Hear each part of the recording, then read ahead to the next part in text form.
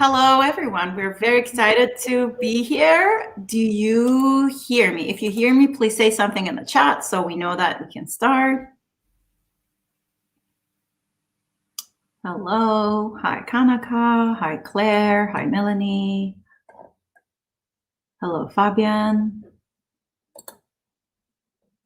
Do people hear us? Yes, perfect. Hi, Megan. Okay, perfect. So welcome, everyone. We are very excited to be here, very grateful to have the 12th session of the Salon, which means that this is our 3rd month birthday. So we are 3 months old. We are very delighted to be here with you. Thank you for joining us again. As a reminder, the Learning Salon is a weekly salon where we gather with friends and colleagues to discuss, in the tradition of the 19th century salons, the various intellectual issues. We are focused on contentions and bridges between artificial and biological learning. We find ourselves privileged to have this community on a weekly basis. It's a difficult skill to write papers and get published, but it's also an equally difficult skill and arguably a different skill to sustain a 2-hour conversation about what you've published. So we are always grateful to our guests who engage in this kind of exercise, which is a fantastic opportunity for all of us to engage in dialogue and learn about what they do in more detail. We try to ensure that we have interdisciplinary voices from all stages of their careers. So if you are an early stage scientist, please feel free to ask questions. If we miss a question, please amplify each other's questions for us. One way to do that is ask a question to ask a question area and vote on each other's question. If you have any clarification questions, you can ask in the chat during the talk, and Kanaka, Claire, and Eva will help you. Usually Brad would also help you with the sort of the chat. Unfortunately, Brad has experienced the passing away of a close person, and therefore we would like to give our condolences to Brad. Brad, we have you on our thoughts. We are hoping that you know that we are here for you, and some of us have experienced that before, so we are here for you however we can. So Brad won't be with us today. Another thing that I want to mention before we start is everyone knows that there was a paper that was published in Nature Communications. This paper showed data that is consistent with the data that Danny Bassett's group had shown. The data simply shows that men have bias in underciting papers that have a female author on them. Danny Bassett did a fantastic job and her lab. They not only did the sort of analysis, they did a lot of controls. They also recommended a tool. They have made these tools available online, and I'm sure that someone can put these links, and if not, I will put them in the links in the chat. So one thing that I want to say is that the intellectual flaw of the paper is that, first of all, the stats are not that great, but other than that, it shows that basically it equates men's undercitation of women as a failure of women in mentorship. And it recommends as a solution that people seek maybe fewer female mentors, which is a surprising thing. To just give you an example of what's the causal flaw here, it's basically like shooting someone and suggesting that they committed suicide, because you're making the measure of the failure, the internal measure of failure of this person, something that you're doing to them. And so in a systematic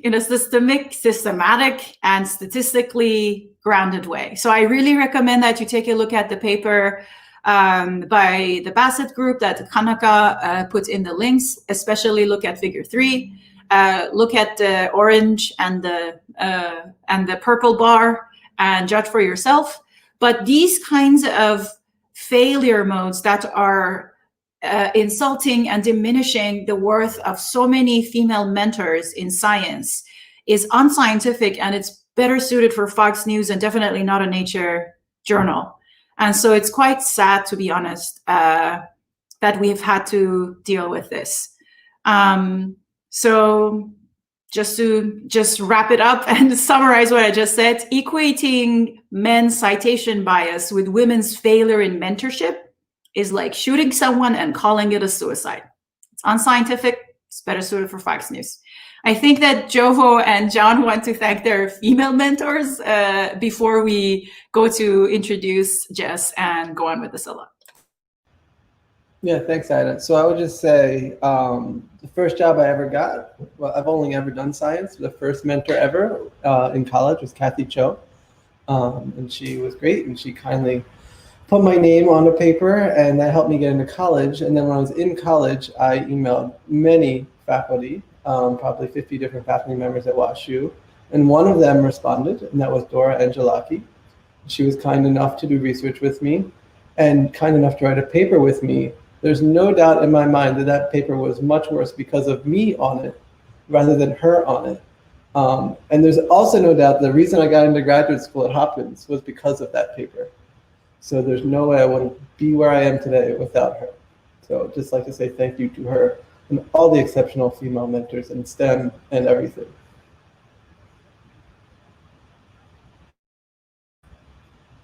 John?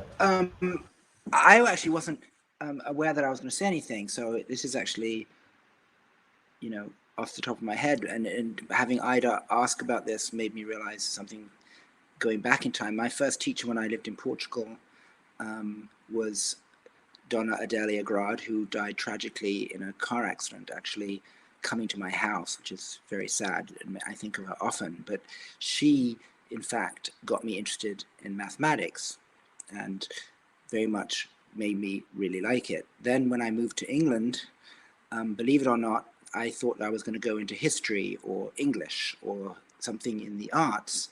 And I had an Australian biology teacher, Miss Lindsay, who took me aside one day when I was thinking that I would go into history. And she said, you know, you always seem to really love our class and the physiology in particular. So I think you should really change your direction and become a physiologist. And, you know, I very much inspired by her, changed my direction, went into science. And then when I was an undergraduate, my physiology tutor and my chemistry tutors were both women faculty. So whatever this silly paper is saying,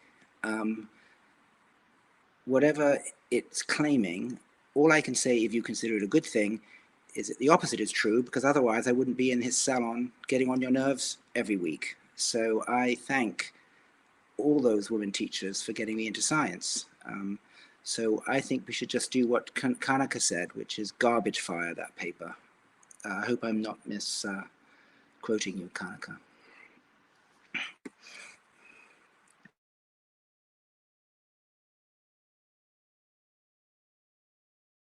Thank you so much, John and Jovo.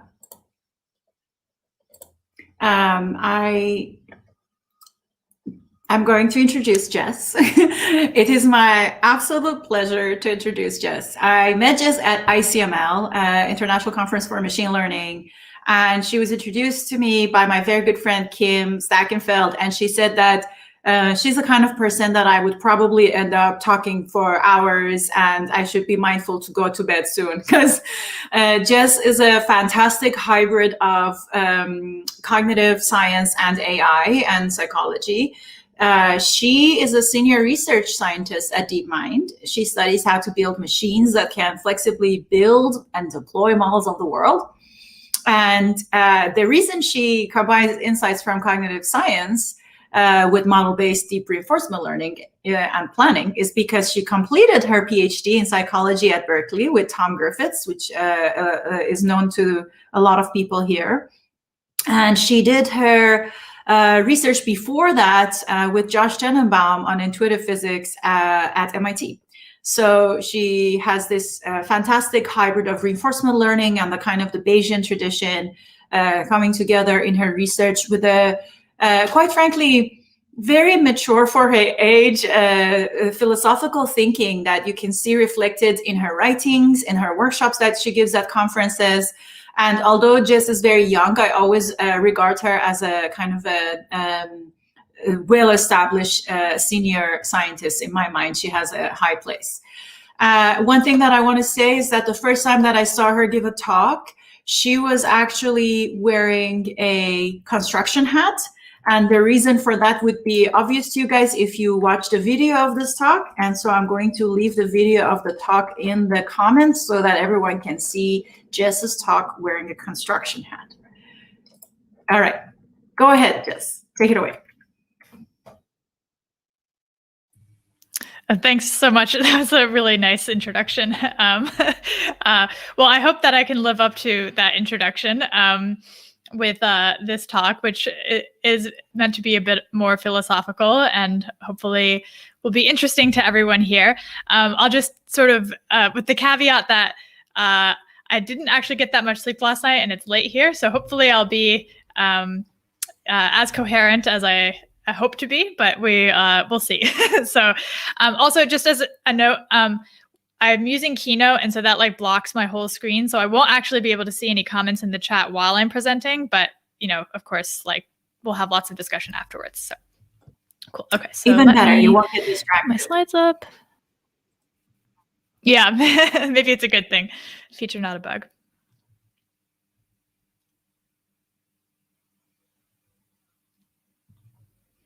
Okay, here we go. So today I am going to be talking about like what are models, what are world models, and what are they good for. So I think, so what's sort of the canonical definition of a model? Well, the one that I am very fond of, and a lot of people know this one probably as well, comes from Kenneth Craik, who's a philosopher and cognitive scientist, and who wrote in 1943 in his book, The Nature of Explanation, that if the organism carries a small-scale model of external reality and of its own possible actions within its head, it is able to try out various alternatives, conclude which is the best of them, react to future situations before they arise, utilize the knowledge of past events in dealing with the present and the future, and in every way react in a much fuller, safer, and more competent manner to the emergencies which face it. So there's sort of this idea that, you know, having a model allows you to make predictions about what's going to happen and then use those predictions to take better actions and act in a, you know, a more flexible way. And so, you know, as Ida mentioned, I did my PhD in psychology and worked with Josh Tenenbaum in the Brain and Cognitive Sciences department at MIT before that. And so in all of this time, I sort of was focused on understanding, you know, how are models used in human cognition? How does mental simulation work? And how do we try to model that? So I just want to run through, you know, a few examples of what mental simulation looks like. Again, this crowd is probably familiar with a lot of these, but just to sort of set the stage of like the types of phenomena that I think are interesting and that I hope we'll be able to model someday, and that I think, you know, underlie a lot of the generality and flexibility of human cognition. So, you know, the sort of canonical example is, of course, the mental rotation work from Shepard and Metzler. They show people these, you know, geometric shapes and ask them to predict if they're the same or different, and they find that the response times vary as the distance of rotation between the two shapes, where people take longer to respond when they're rotated further. And the conclusion from this is that, you know, people are performing these mental rotations in order to align them and determine whether they're the same or different. So that's sort of, you know, the classic example of mental simulation. Of course, there's also lots of work more on the neuroscience side, looking at how models are engaged in things like spatial navigation and spatial planning, with, you know, things like hippocampal replay playing an important role in this. So models are engaged there. Maybe in somewhat of a related idea of, again, using models to sort of learn in an offline setting and then get better later. There's this idea or this phenomenon of mental practice where you can, you know, just sit and like think about doing something, like, you know, imagine performing an exercise or playing a musical instrument. And then when you actually go and do that in like physically, you find that you're able to do it better just from having sat and thought about it for a while. Mental simulation is also engaged in, of course, problem solving and like deductive reasoning and these sorts of things. So, for example, you know, if you have this toy problem here where you have like these railroad cars on the left-hand side and you have to get them over to the right-hand side, you can use mental simulation to sort of mentally imagine moving them, across the railroad track in order to solve this problem and figure out the right way to get them into this final arrangement. Similarly, mental simulation is involved in, I think even some of the the phenomena that we think are some of the highest forms of human cognition that really set us apart, like things like creativity. One of my favorite examples of that is this work from Fink and Slayton, where they show people just these really sort of very simple geometric shapes like circles and triangles and so on, and tell them to mentally assemble them into an object that might be recognizable to others. And what they find is that, just from sitting and thinking about it, imagining moving these things around and performing these mental simulations, people come up with very creative solutions, like assembling these 3 shapes into an ice cream cone. And much of my own work, as I mentioned, has focused on mental simulation too. So this is the work that I did at MIT, where we were looking at how people reason about physical scenes, like this tower of blocks in the top left here, and making predictions of okay, is this tower going to fall? What direction is it going to fall in? Or if looking at the table in the middle, if this table is bumped, will more red blocks fall off or more yellow blocks fall off? Or maybe some of the blocks are different masses, so maybe the gray blocks in the towers on the right are made of stone and the other ones are made of plastic. Now are they going to fall, or what direction are they going to fall? And what we find is that people can make these sorts of judgments by running forward this mental simulation, this process of intuitive physics that looks something like a physics engine, in order to come to these judgments. So, that's just a very short smattering of examples of mental simulation and using these models of the world and human cognition to support a whole wide variety of different phenomena. And of course, there's correspondingly lots and lots of working on, modeling these types of things so that, we can try to better understand them and potentially also build them into AI systems. But I think there's a bit of a gap here, which is we have a lot of computational models for things like my physics work, mental simulation of relatively simple decisions, like is it going to fall or not, in somewhat complex physical scenes, but still the decisions themselves are somewhat simple. There's also lots of work in planning and decision making, but it often focuses on relatively small state spaces. There's also a lot of work on using models of the world for causal reasoning, but again, then the number of causal variables tends to be relatively small.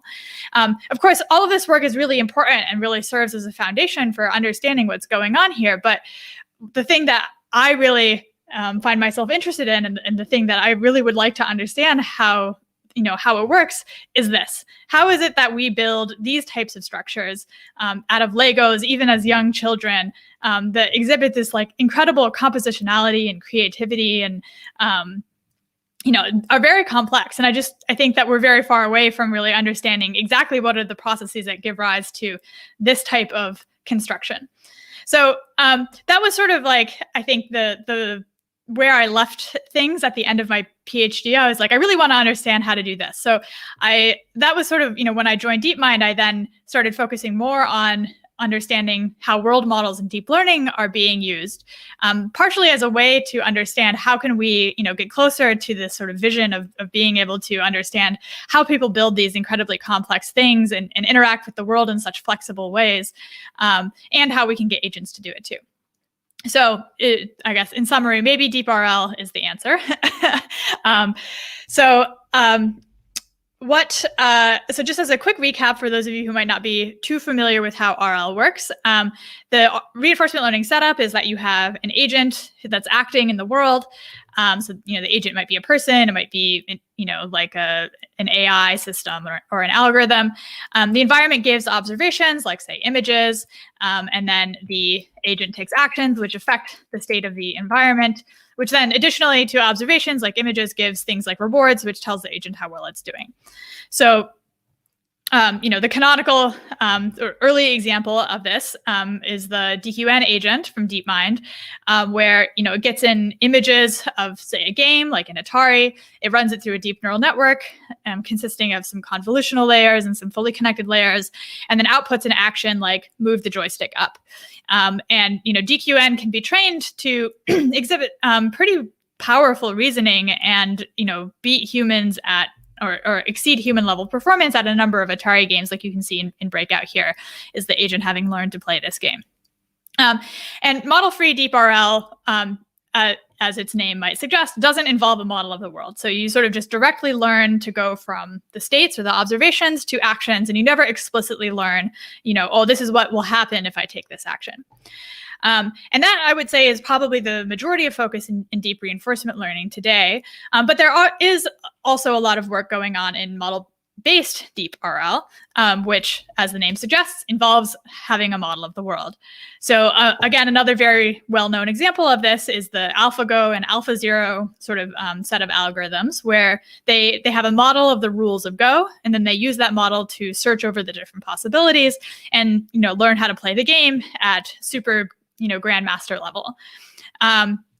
There's also work in, looking at, say, like things more like navigation. So this is a model-based agent that is built a model of these maze environments and then sort of imagines running around in these maze environments to train itself in its imagination.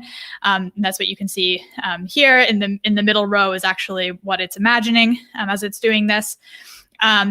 And the visual foresight model, again, another example of a recent model-based agent. This one operates a little bit differently, but again, it trains a model of predicting what's going to happen if it takes certain actions, and then is able to use that model in order to plan, say, picking up this apple and moving it onto the plate. And again, in the middle frame, you can see the model predictions of what it thinks will happen. So all of these, different model-based systems in reinforcement learning are really impressive. But sort of coming back to, the earlier question of like, if we want to be able to use these types of algorithms as models, and if we want them to, exhibit human level reasoning, then we need them to have features of human cognition, like things, like generalization, compositionality, and so on. And so in particular, I want to talk a little bit about generalization, partially because it's often used as a motivation for these types of methods. So like in the visual foresight paper, they say predictive models can enable a real robot to manipulate previously unseen objects and solve new tasks. It was claimed in the Lake et al. Paper that model-based planning is essential for enabling flexible adaptation. Other work in machine learning, again, states that it enables better generalization across states and so on and so forth. So everyone's talking about how good these models are at generalizing, but let's see if that's actually the case. So this is some of the most recent work that I've been working on, where we've been looking at this agent called mu0, which is sort of the next iteration on top of AlphaGo and AlphaZero, but that learns a model of the world as opposed to just being given the rules of the game, and is basically the state-of-the-art model-based RL algorithm today. So it achieves, the same level of performance on board games like chess, shogi, and Go, and also outperforms the best model-free algorithms on Atari. So it's a really powerful algorithm. We thought it was like a good place to start in order to try to understand like how well existing model-based agents in the field are doing at fulfilling this promise of things like generalization and flexibility and stuff. So just as a very quick overview of how mu0 works is that it searches with its model to find a good action to execute in the world, and then also, like other RL agents, learns from experience. And in particular, the search that it performs is guided by what's referred to as a policy prior. This basically just prioritizes which actions to consider. So rather than just sort of randomly trying actions and seeing which one is best, it relies on the policy prior to say, which one should it try first. And we can train mu0 on, environments like this one. This is called Mini Pac-Man. It's sort of a miniature version of Ms. Pac-Man. The green dot is the agent running around. The red dot is the ghost, and it's trying to get the food and the pills and so on. And so we can train it on procedurally generated versions of this game and then test it on very different versions of the game as a test of generalization. And somewhat surprisingly, what we find is that if it uses its learned model of the world, which is what you can see on the left, as it plans more and more, as it uses more model-based computation and does more simulations, it doesn't really improve at all. And in fact, if you use too much simulation, it actually completely crashes in performance. And you might say, okay, well, that's because the model is wrong, but we can give it a perfect model, the simulator, which is what's on the right, and still you don't find that it achieves perfect generalization. Even when you use a really large amount of computation, 3,000 simulations, it's still not achieving perfect generalization, which is the dotted line here. And this was really surprising to us. We thought, oh yeah, I mean, if you make this strong assumption that you have a perfect model of the world, you can get good generalization, no problem. But what we see is that it's actually not true. And the reason for this is because the search relies on this policy prior. And the policy prior, again, prioritizes what it's searching over. And search won't result in strong generalization unless the policy prior itself also generalizes. But then this sort of raises this question of, is like, if we have this policy prior which generalizes well, do we really need to be doing planning at all? And so this is sort of a surprising conclusion for me to come to, because this is sort of, my entire research career has been focused on understanding how we use models of the world. But I think that this is a question we should really have an answer to. And my answer, at least at the moment, is that perhaps identifying the right inductive biases for policies may be more important than learning better transition models of the world. So what do I mean by this? Well, we can, for example, look at ways of representing scenes differently. And this is some of my previous work, and the work that Ida mentioned with the construction hat is sort of, you can see a snippet of this here on the right. The idea is, so say we have a scene with stacking blocks like Legos, and we want to train an agent to be able to solve tasks in these types of environments. Well, rather than giving the agents an image, we can parse the scene as a graph and then use something like a graph neural network to reason about the objects and relations in the scene. And this basically gives the agent this highly structured, object-centric, relational inductive bias that it wouldn't have if it was just using, say, a convolutional neural network to reason about the scene.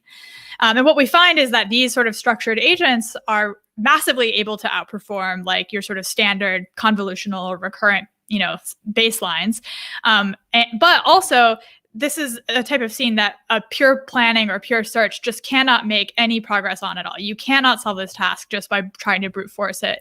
You really have to use some form of learning. And so the thing that's really important here is having this right structure in the policy. I'm going to skip the slide just for time.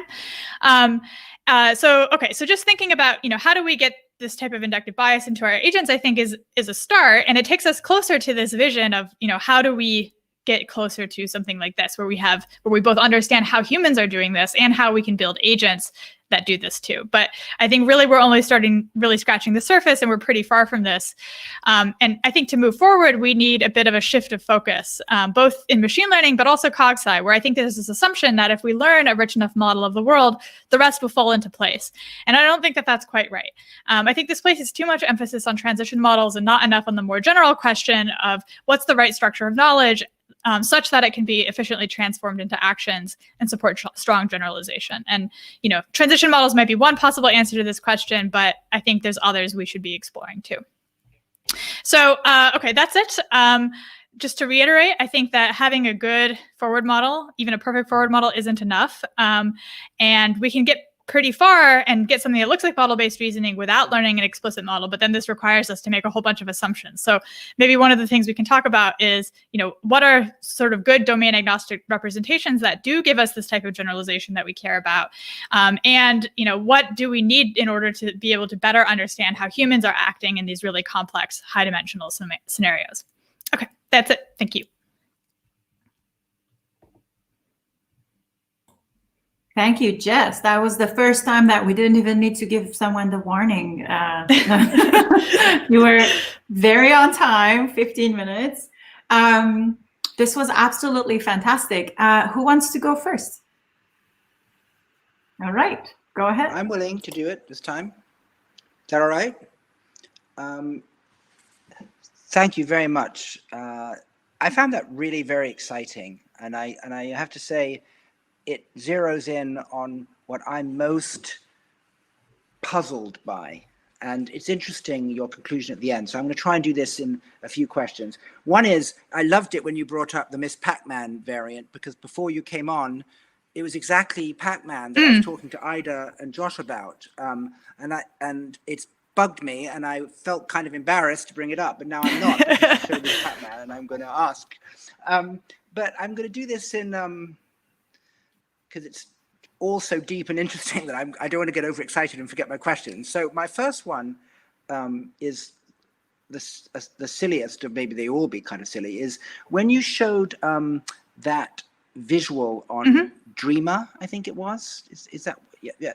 And you say, this is showing us what it's seeing, Yeah. something like that, right? But it's not really seeing that, right? In other words, you generate a visual for us, but it's never had eyes, this machine, presumably. So in other words, I'm being very literal here. What do you think the machine is really seeing? Or is that a rendering of something that's really in the form of numbers, right? That is as if it were seeing corridors and buildings and blocks, right? I mean, is it literally visualizing that? Yes and no. So I mean, what it gets in as input is an image made of pixels. So I mean, of course, that already is like different from what we would call seeing.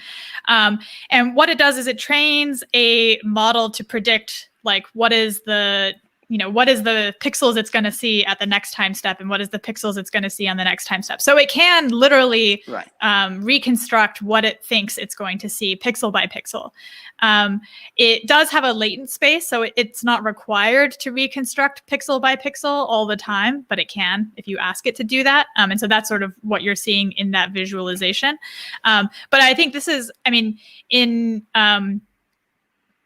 I do think that this is something that gets at some of the differences between what human mental models look like and machine models look like. Though, again, I'm not so sure like the focus on models is exactly like the right emphasis, but there are differences, and I think that they're worth exploring. And I think we basically only know how to train models that either do like pixel reconstruction, or people have been coming up with other sort of new types of loss functions. Like there's things like they're called contrastive loss functions, where say you, rather than predicting exactly what are all of the pixels you're going to see on the next frame, you say you like you get 2 frames and you have to say like, were these were these like within five frames of each other? Or you have to say like, at what time, I see a frame, like I predict this frame that's going to happen in the future. And then I try to, classify at what time did it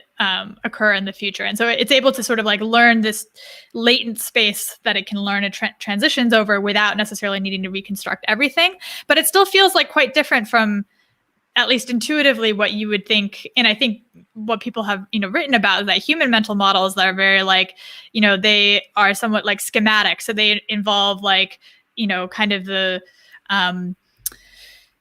like, not exactly symbolic, but, object-like things are in our mental models. And like, we capture the details of those things, but maybe not everything else. So, it's like, we sort of only remember, or we only make predictions about the stuff that actually matters. We don't need to predict every single pixel in the frame. I think that that's a big difference. And I think it does sort of connect to this deeper question about like, what's the right representations that we need to be training our agents over? Because I think if we knew computationally what that looked like in humans, then maybe we could be training agents to actually learn transitions over those. But I think we sort of qualitatively know what those are, but not precisely. Right. So. I mean, that's exactly, I feel like when you say what it's seeing and thinking, it's so easy to bring those psychological words in. Yeah. But I think they can be very dangerous, because when you, as you say, reconstruct from the latent space something that may look a little bit more like what you were saying, objecty, spatially contiguous world, it's not necessarily what the machine itself has to do in order to successfully predict the next pixels. And so there's this strange space where we're metaphorically constructing our papers so that we can see what it's thinking, when it's probably not seeing or thinking qualitatively the way humans are, right? Yeah. So that bothers me a bit, but it just, as you say, it leads to wondering what the difference is. The second question I had is, I was talking to Ida in particular, but to Josh as well, was about Pac-Man and Miss Pac-Man, is that, I'm rubbish at those games. right? And I mean, truly rubbish. But I know, and I wanted to ask you this, that when I'm go in front of the Pac-Man game and I kind of know that I have to steer and I can see the maze in front of me and I have a kind of heuristic idea that I've got to eat as many dots as I can and get through. And then I see these horrible, terrifying, algorithmically perfect little ghosts that have basically, with a model-based kind of algorithm, plotted the route and optimized to get me. It feels to me that it's totally different what I'm doing while I'm playing to what the ghosts Than what they're doing, yeah. Right? And yet it seems to me that if I'm following you correctly, that you somehow think that some variant on what the ghosts are doing is going to get to what I'm doing. And I just feel like they're different universes. I'm doing something very heuristic. I'm doing something very semantic and verbal. Oop, I better get over into that upper right-hand corner. Oops, I better get away. It just feels like I'm doing something very different to the ghost. I suck. I wish I could do what they're doing. But do you see what I mean? I just don't see how we're ever going to cross the bridge. Well, I mean, what the ghosts are doing is optimized for that task and that task alone, right? Of like, eating you is like what the ghosts have been programmed to do. And they've been programmed in the optimal way to do that. Whereas you have been optimized to do a lot of other things and not play Ms. Pac-Man, right? And I think that kind of like, I mean, when I say like we need to think more about the right structure of knowledge and how we turn that knowledge into action, it's exactly getting at these types of intuitions of like, oh yeah, like it feels like when we come to a new task or a new game, you know, so like you plot me down and say, okay, here, play this video game, and I quickly sort of assemble like little bits of heuristic knowledge that I think will help me do well at this game, but it's very cobbled together, sort of like on the fly. So I often think about the way that we use models of the world and like plan with them is not that we have this like hyper optimized thing for this specific task, but that we have a lot of like knowledge about what are like good things to do in general, and then we somehow know how to assemble all of these little bits of knowledge into a model or a policy that works well for this particular thing. And that because we have to do this for like everything, every moment of the day for our entire lives, which involves having to, you know, act appropriately in a huge, huge range of situations, that's sort of what like provides, we're optimized for being able to do that, to do it in many situations, not in that one specific situation. And that is, I think, I mean, what I showed was like, you know, being asked to generalize in basically the single task setting. Like, I mean, it's trained on like a few different variants of this like procedural maze, but it's still single task in the sense of the reward function is the same. And it's, you know, there really isn't like that much diversity in terms of what it sees. So I think, I mean, at some level, what the ghosts are doing is it's related in the sense that they're optimizing for a problem, but I think it's just a very, very different problem than what we've been optimized for. Right, and just to your last part, I mean, you know, it's interesting that in the lab and in the sort of motor learning and motor skill learning world, as you know, there's an analog to this notion of model-based learning. In the motor control world, right? With some sort of internal model of the plant, and then you sort of simulate on that internal model, and then you derive your policy indirectly by sort of inverting the model, basically, right? And what we found in the world of models and planning is that if you do your experiments carefully, and I think we have, you don't have to invoke planning or models. Right, it gets closest to what I think you were saying, which is sort of direct policy learning, right? Yeah. And so that's what we found is that the more we try and find evidence of simulation and planning and models, they don't appear. You can find an alternative way of explaining it. So I wonder whether policy learning, whether it's implicit or explicit, versus whatever semantics and declarative knowledge, which is, don't worry about the grids on the floor of this hotel, just turn left at the end of the corridor and then count 2 doors down and that's your room, right? This kind of semantic substitute for having to worry about a model of the hotel. I just wonder whether we're going to find that in the end, if we get to human cognition, this notion of models, simulations, optimization, and all that may actually end up being less of a player, and we're going to have to think about qualitatively different things, like you were beginning to hint at, for generalization and semantics and declarative knowledge. Well, so I'm not sure I would fully agree with that. I think that, like, I mean, I think what I don't think is, well, so transition models, I think, do exist in human cognition, but I think that they don't underlie all of our model-based cognition, if that makes sense. Yes. Yeah. And I think that, and I think once you start to think about model-based cognition as not being not just a transition model, the boundary between model-free and model-based becomes very, very blurry. So I think and there's even some work in deep learning that starts to show that, like, depending on like how you construct your neural network, say if you like allow it to have like internal recurrences, and then you can train it on a task, and then you like unroll it for longer, so you let the algorithm compute more, or colloquially, I guess you could say, think more, and then it gets better on the task, right? But it's never been trained to explicitly construct a model of the world. It's sort of learned something implicit that looks model-based-ish, and it's really more about, I think, but in order to get it to do that, you have to construct the network in a particular way, or it doesn't work. So the network has to be constructed in a way that somehow reflects the structure of the task that it's been given. Sorry, my phone is going off. So you have to construct the network in a way that reflects the structure of the task that it's been given, and that structure is a form of knowledge, potentially.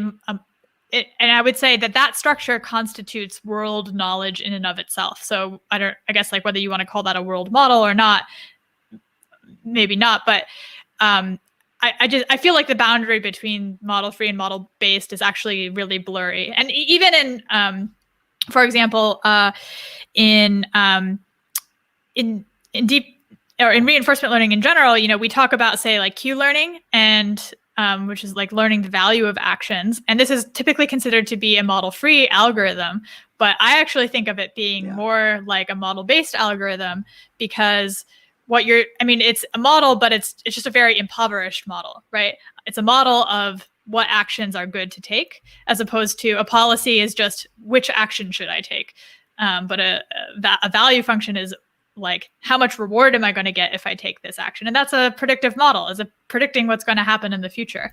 So I think, even the things that we call model free, like in many cases have elements of model based computation in them to begin with. So I actually don't like, I don't know, we have these terms model free and model based, and I feel like we're going to continue to use them forever, but I increasingly dislike them because I feel like the boundary between them is very blurry, especially when you start talking about function approximation with deep neural networks. I think maybe the distinction between them is much clearer if you're talking in like the tabular setting, but in the function approximation case, I feel like it becomes increasingly blurry. And just Ida made a comment in the chat, and just my last example about motor learning is different. I completely disagree with that. And let me just give an example of where it looks like you have a model of the world, but you don't have to actually invoke a simulation. And I actually use the difference between having a model to anticipate versus predict. So in other words, if you're a good tennis player, you can actually predict where the ball will go just by the rotation of the trunk of the player. So the best players have already guessed where the person's going to serve, based on knowing that a useful state variable is the rotational position of the trunk, whereas a beginner literally almost has to wait for the ball to be rushing towards them. Right. So they have a more sophisticated policy that incorporates more intelligent states. So you could argue that they have a better model of the tennis game and the tennis player because they've incorporated a good state variable that the beginner never even considers. But at no point in that kind of scenario, and we can talk about it offline one day, do you have to invoke a simulation. It's just an intelligent policy, right? But you don't have to actually invoke, in the reaction time, running a model of what would be the right thing to pay attention to. So in that way, you can get to something that looks like it's got a policy relative to the structure of the world, but you don't have to invoke running a simulation. Yeah. Do beginners run simulations like when they first do they try to simulate? Because I know, at least I'm not sure about in the tennis literature, but or this, but in like novices when they're playing billiards or pool, like definitely are running simulations to predict how the balls are going to move. You can do eye tracking to see in this very like smooth trajectory predictions, but then the experts don't do simulation at all. There's like an analytical calculation that they can do based on like the diamonds that are on the sides of the billiards table.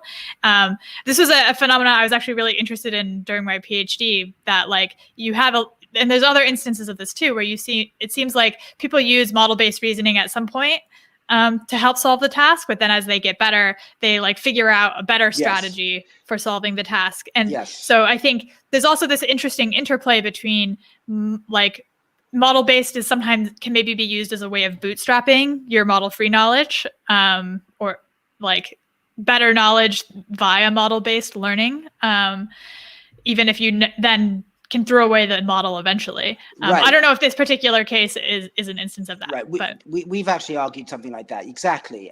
All I'm saying is you don't, a model to me is when you use it as such and you operate on it to plan. And I think what you just said is where it's getting really interesting, that a sort of declarative, potentially short-lived model-based gateway can then lead to a really intelligent policy that can generalize without ever having to go back to simulation. Yeah. And that actually is, I mean, that counts as model-based learning, at least in machine learning. And I think in the planning literature and in human cognition too. I didn't talk about it in the talk, but there's sort of a distinction between what's called background planning and decision time planning. And so decision time planning is where you have your model and you guess like, oh, which action should I take? And then you run it forward under your model and then you simulate it and then you pick the best one. And background planning is like, it happens in the background. You use the model to train a model-free policy, and then you have this policy and you can just execute it. You don't need the model anymore at that point, but it's still model-based rather than model-free because because it's the learning process involves a model, I guess. But fascinating. I'll finish there, but it's a really deep, interesting area, and I like the parallels between when is it just a semantic issue about model-based, model-free, and when does it really matter to talk about a policy without going via a model or not? Yeah. Thank you. Thank you. Okay, that was a great discussion. So we're doing pretty good on time, so I'm hoping that we get a lot of questions today. So I'm going to keep mine short, and of course we can always discuss another time. But you know what? I'm going to wait for Jovo because I remember that he had a very interesting question. So I think you should go first, Jovo. Okay, great. I was hoping so because you're going to have much more interesting questions, I think, than I have in the stand on the highway. So thank you for that. I find you're speaking so clear and your writing so clear also, and I'm really grateful. Thank you. I don't know how easy it is for you to do that, but it's certainly helpful to me that you do.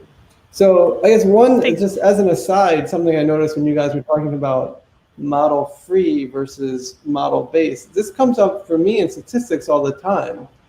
Often the least squares solution is equivalent to like making a Gaussian assumption, in the sense that, say, the maximum likelihood estimator is the same thing as if you minimize the square error.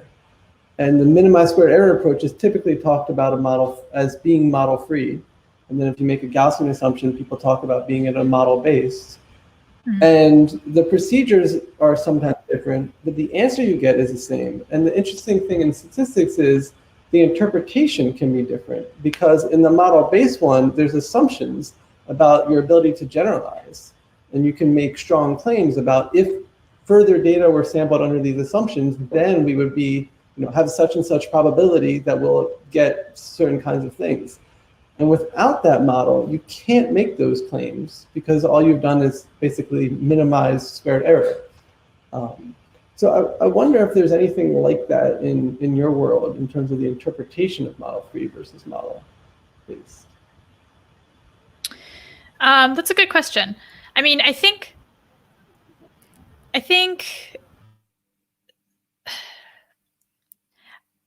that there's maybe a bit of an assumption that that is true, that like, I showed those quotes in the talk that show that like in model-based, a lot of people have this belief that, with model-based planning, that is going to allow you to generalize better, because it's not just that you know like what to do, you know why doing that will be good, right? I know if I,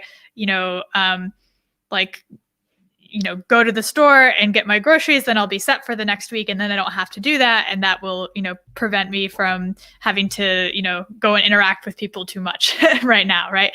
Is that I can, because I can come up with that explanation of why I'm taking this action, that allows me to generalize better to other situations. That's, I think, sort of this assumption that comes with model-based reasoning, whereas with at least traditionally speaking, with model-free reasoning, the idea is like, well, I only know what I should do, but I can't tell you why. And if anything changes, then I can't change my behavior because I don't have this explanation of why. So I think that there's a little bit, there's definitely that sort of like, justification for, why you'd want to use model-based reasoning. But I think, again, sort of as I stated, once you throw function approximation into the mix, then everything becomes kind of blurry because you don't know what the neural network can sort of be doing anything within its expressive capacity to solve the task. I mean, and neural networks are universal function approximators, so that could mean that it is inside of it internally building a model and then using that to make predictions, and we don't necessarily know. And it's really hard to measure these types of things too. So I think I don't know, with neural networks, it's really hard to say anything like concretely about or like decisively about like, oh, how well will this generalize, and what assumptions can we make about that? Yeah. And do you feel like that answers your question, or? I feel like I'm excited that you said that stuff, and I need to think about it a lot more. Okay. So the other question I have, and this is, I was glad when you started, you said that you're going to talk about some philosophical things, because my question is really a philosophical one, and that is, it's really about the philosophy of science. And so the way I learn science is we have some phenomenon that we want to explain, and it's relatively complicated. And then we build tools and we build models specifically that are relatively simple. And we use these very simple models to explain something else that's more complicated. And I think your work is a very nice example of, a trend that we have with more modern technology, where we try to explain really complicated things with something else that's really complicated, like mu0. And so I wonder, how does that change our understanding of the scientific practice of, people doing experiments and then other people replicating them, and us having essentially low-dimensional models, kind of like what Adrian was saying in the past, low-dimensional models to explain the things. This is a very high-dimensional model to explain things. So, yeah, what do you think about that? So, okay, let me just see if I can just rephrase the question. So, I guess you're saying like, whereas normally we would try to build simple models because we can understand the full model in order to explain various phenomena, and then like, how does the picture change when you start bringing in these more complicated models that we maybe we don't even fully necessarily understand how these models work themselves? Is that like the gist of your question? Yeah, exactly. Okay. Yeah, I think it's a good question. I'm not sure I have like a satisfactory answer to it. Part of what has driven me towards these types of models is both that I want I'm interested in building, AI systems that are more intelligent and like look more like people, because I want to understand how people are doing this. And I think that being able to build something that like looks like what we're looking for is at least a good start. It's like a hypothesis generation mechanism, even if it maybe doesn't, if we could say like build an agent that looks a lot like people, how people behave in a particular situation, even if it's not doing any of the like sort of underlying computations that people are doing, maybe there's not a lot of overlap. If it at least behaviorally looks similar, then we can use that as a starting point for generating hypotheses. And I think that that's true, even if that is like a very complicated, system that we maybe don't fully understand to begin with, because then at least we can like interrogate that system and make ablations onto it and exactly understand how it works and maybe try to distill insights out of it once we have a starting point. And I think like for me, the frustration with simple models has been that there is just like all of this behavior that's just out of reach that we can't really model at all because the models that we have are too simple to scale up to that type of behavior. And so it feels like it felt for me in my own research like I was hitting like a brick wall that I couldn't move forward in terms of understanding without going to, looking at models and algorithms that were more complex that we can scale up and that can solve harder problems. But yeah, I mean, I think it's like a hard question, like how much, how many conclusions can you draw from something that is very complicated that you don't even fully understand to begin with. But I think maybe it's a bit of an iterative process, right? Like I think what's most important is having a hypothesis generating mechanism that then we can test hypotheses with. And as long as we have that, then we have a starting point. I guess that's sort of my viewpoint on it. Well, yeah, I guess it's similar to climate models and simulations that are big and complicated. So the last question, maybe, do I have time for one more question, Ida? Okay. So it's related to the, when we're using tools like mu0 and other big things that not everyone has access to, right? So historically in science, if somebody did an experiment, you would send the mouse or send the thing to somebody else and they would be able to manipulate it and explore it and test it and reproduce it. And when we get to these really big, complicated things, there's a question about the democratic process of science that only the people that have access to these really expensive machines can investigate and test it. And it again, I think, questions certain things about the practice of science, like what do we do to make sure that people can fairly access things and fairly test things and assess things when the best tools are going to be really expensive? And so I wonder what you think about that also. Yeah, I mean, I think it's an important problem and a hard problem because I think, as we are tackling harder and harder problems, like it's, like you said, it's going to be more and more expensive to do that. But it's also important that we get, a wide enough range of perspectives from people who, not necessarily just the people who have all the money to do that. And so I actually spent a lot of time in the open source world before, like while I was in grad school, before joining DeepMind and working on Project Jupyter and Jupyter Notebooks. And part of my motivation for doing that was for, providing the tools for everyone to be able to like do this type of research. I mean, that's obviously, that's not providing the compute for, say, training gigantic deep models, but the sort of like motivation was the same. And I think, what I would like to see is, I guess, like a bit of a, I think that both like industry and academia, or like, maybe institutions that have a lot of money and institutions that don't have a lot of money, can play very complementary roles to each other. Like I have the resources, for example, to be able to run a lot of experiments on very complicated models and do a lot of ablations and try to understand exactly how they work. And I think that, but there's also the opportunity for other people who maybe don't have access to, be able to run quite so many experiments to be able to do like much more careful, say, like theoretical analysis, or design like probe tasks that then, people with the access to the compute can run in order to better understand these systems. And I think you do see a fair amount of that happening in machine learning today. Cool. Thank you. Oh, I should say one more thing, which is I think everyone should like open source the code for their agents.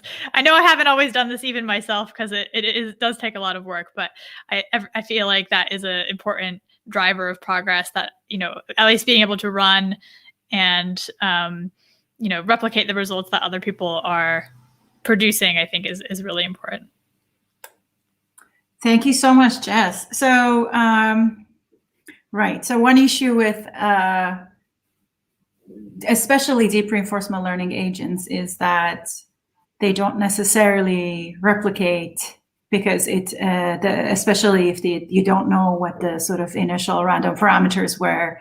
So even if people share all of their code, and even if people had all of the resources, it's possible that it won't replicate, which is another further issue that our field is sort of reckoning with, especially in the case of deep reinforcement learning models. So this was just a continuation to the last thing that Jeva was saying. So I really enjoyed your papers. I really enjoyed this one. Given the things that I've seen in the chat, I thought maybe the most helpful thing, instead of me asking questions, would be if we clarify a couple of things for the audience. Maybe you can help and maybe I can add a little bit. So first, maybe we can very clearly give some sort of simple examples of model free and model based. I'm happy to do that a little bit and feel free to add to that. And also it would be awesome if you kind of summarized the algorithmic elements of Move Zero and maybe even the evolution of AlphaGo, maybe the adversarial self-play, all of these things in a way that some of the audience members who are not used to these things can tell, because I'm sure all of them see the same kind of figures of Atari games and everything. But if you could, and I know that you can because this is your style, if you could capture this in a kind of a simpler words, it would be helpful to sure. Not put you directly on spot. I'll start by saying a little bit about model free, model based while you're, I guess, maybe formulating sort of a simplified version of the algorithm. I think I always look at the algorithm part, and in your paper you did a nice thing of like coloring in different colors the parts of the algorithm that could be done. And that was very helpful. I think that it might be helpful for everyone to take a look at that. Can I use slides? I know we're not supposed to use slides for the discussion portion, but I think it would be helpful. Okay, let me, while you discuss, I'll pull up something. Yeah, take your time. I'm gonna provide a little fluff until you can. But I wouldn't think it's fluff because based on what I'm reading in the sort of the chat, and I put a link to one of my papers, and other people have provided links to other papers. It would be helpful if you think about model-free reinforcement learning in the sense that there are states, actions, and rewards in the world.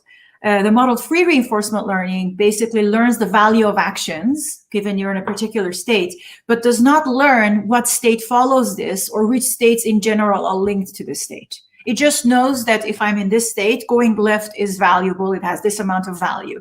There is a discount factor there. There is a learning rate there, but it does not store any information about the relationship between the states independent of the value of actions that you take in those states. So you can think of it in the simplest case, in the tabular setting, where the world has been simplified into a grid world where you have these blocks and it's not even continuous. Imagine like the world is very simple.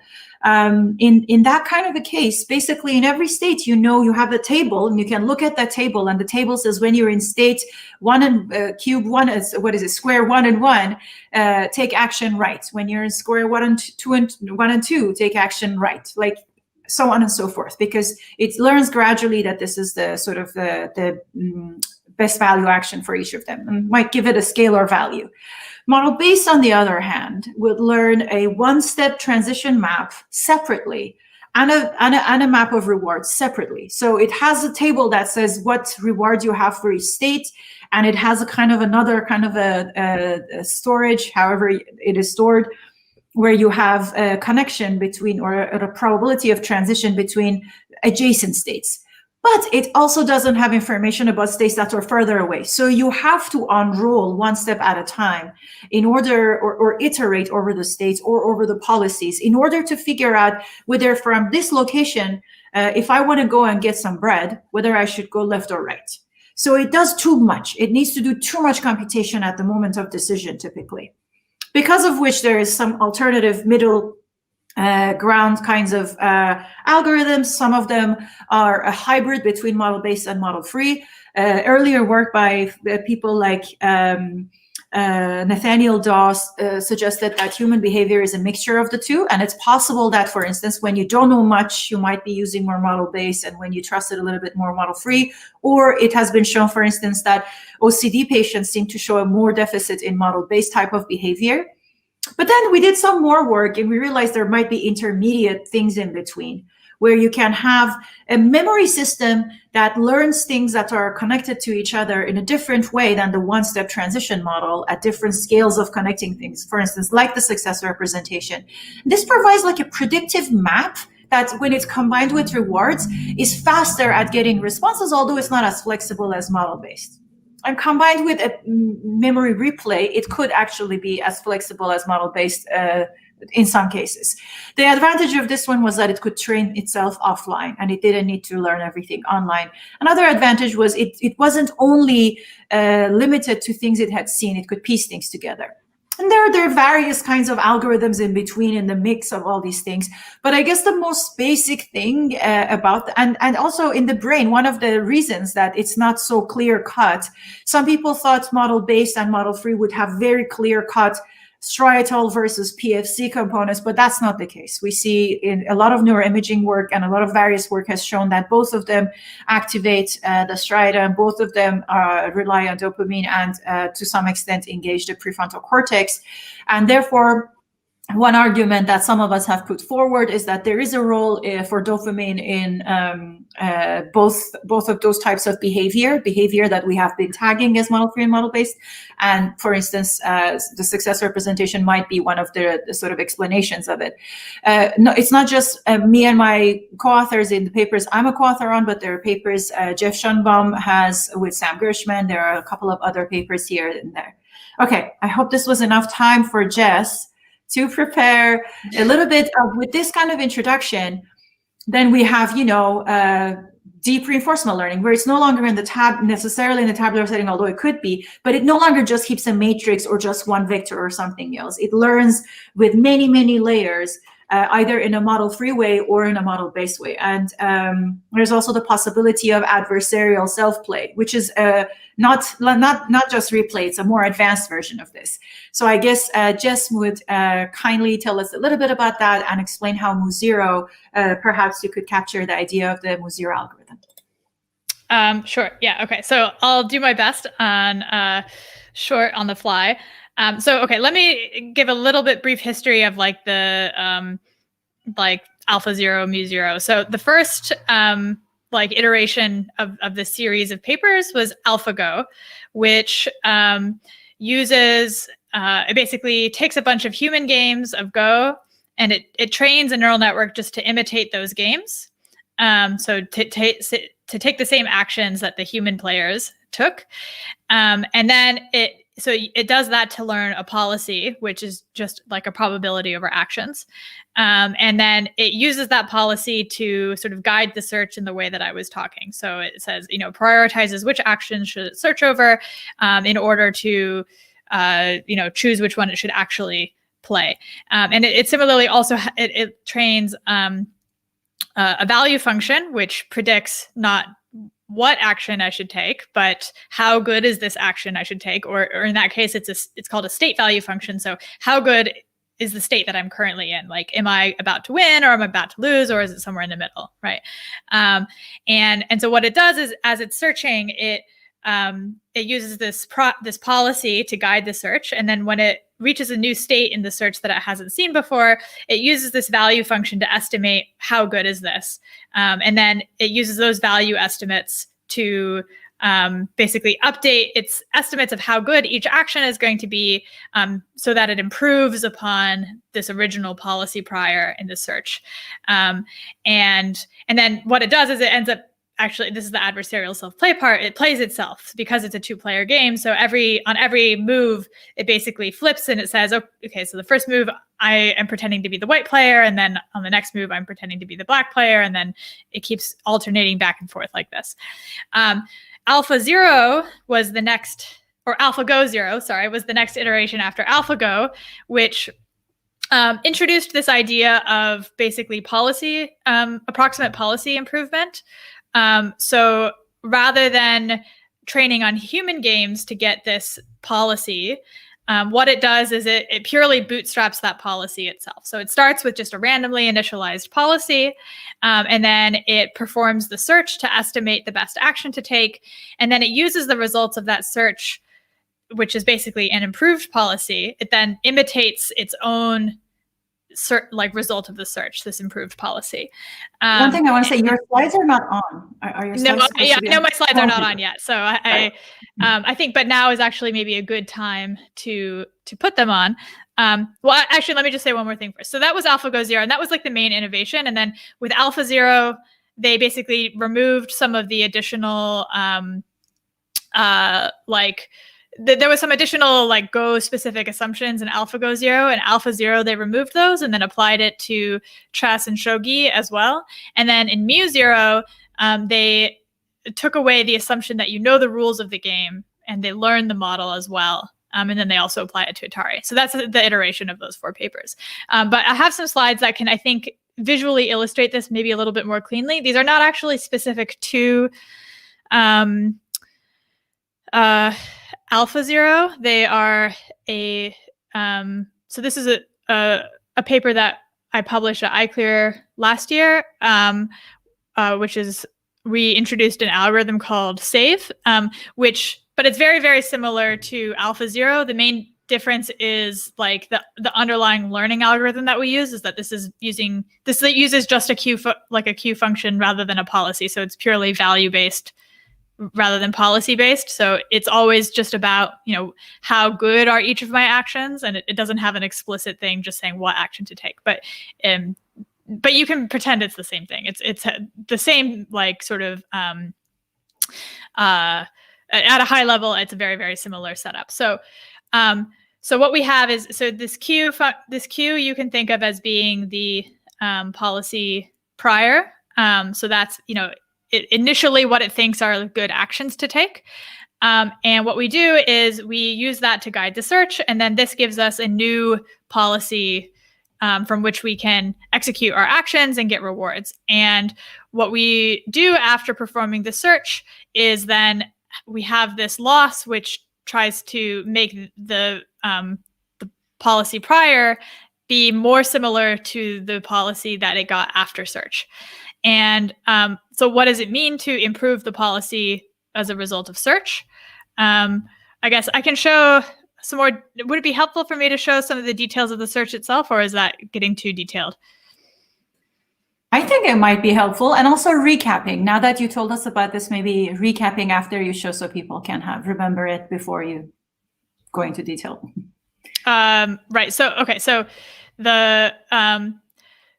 so Alpha 0, and so I'll just talk about Alpha 0 and Mu 0. Alpha 0 is the one that is given the model of the world. Mu 0 learns the model of the world, but otherwise the search process is the same. So again, it starts with the policy. It uses the search to improve that policy, and then it makes its original policy, it trains it to be more similar to the resulting policy after search. So it's basically imitating itself. As you can think of it like that. And this basically, it allows it to like, every time it performs a search, it gets a little bit better. And because it's like constantly imitating itself, it's like, it gets a little bit better and then it catches up, and then it gets a little bit better and then it catches up, and so on. And so this iterative process to be able to get better over time.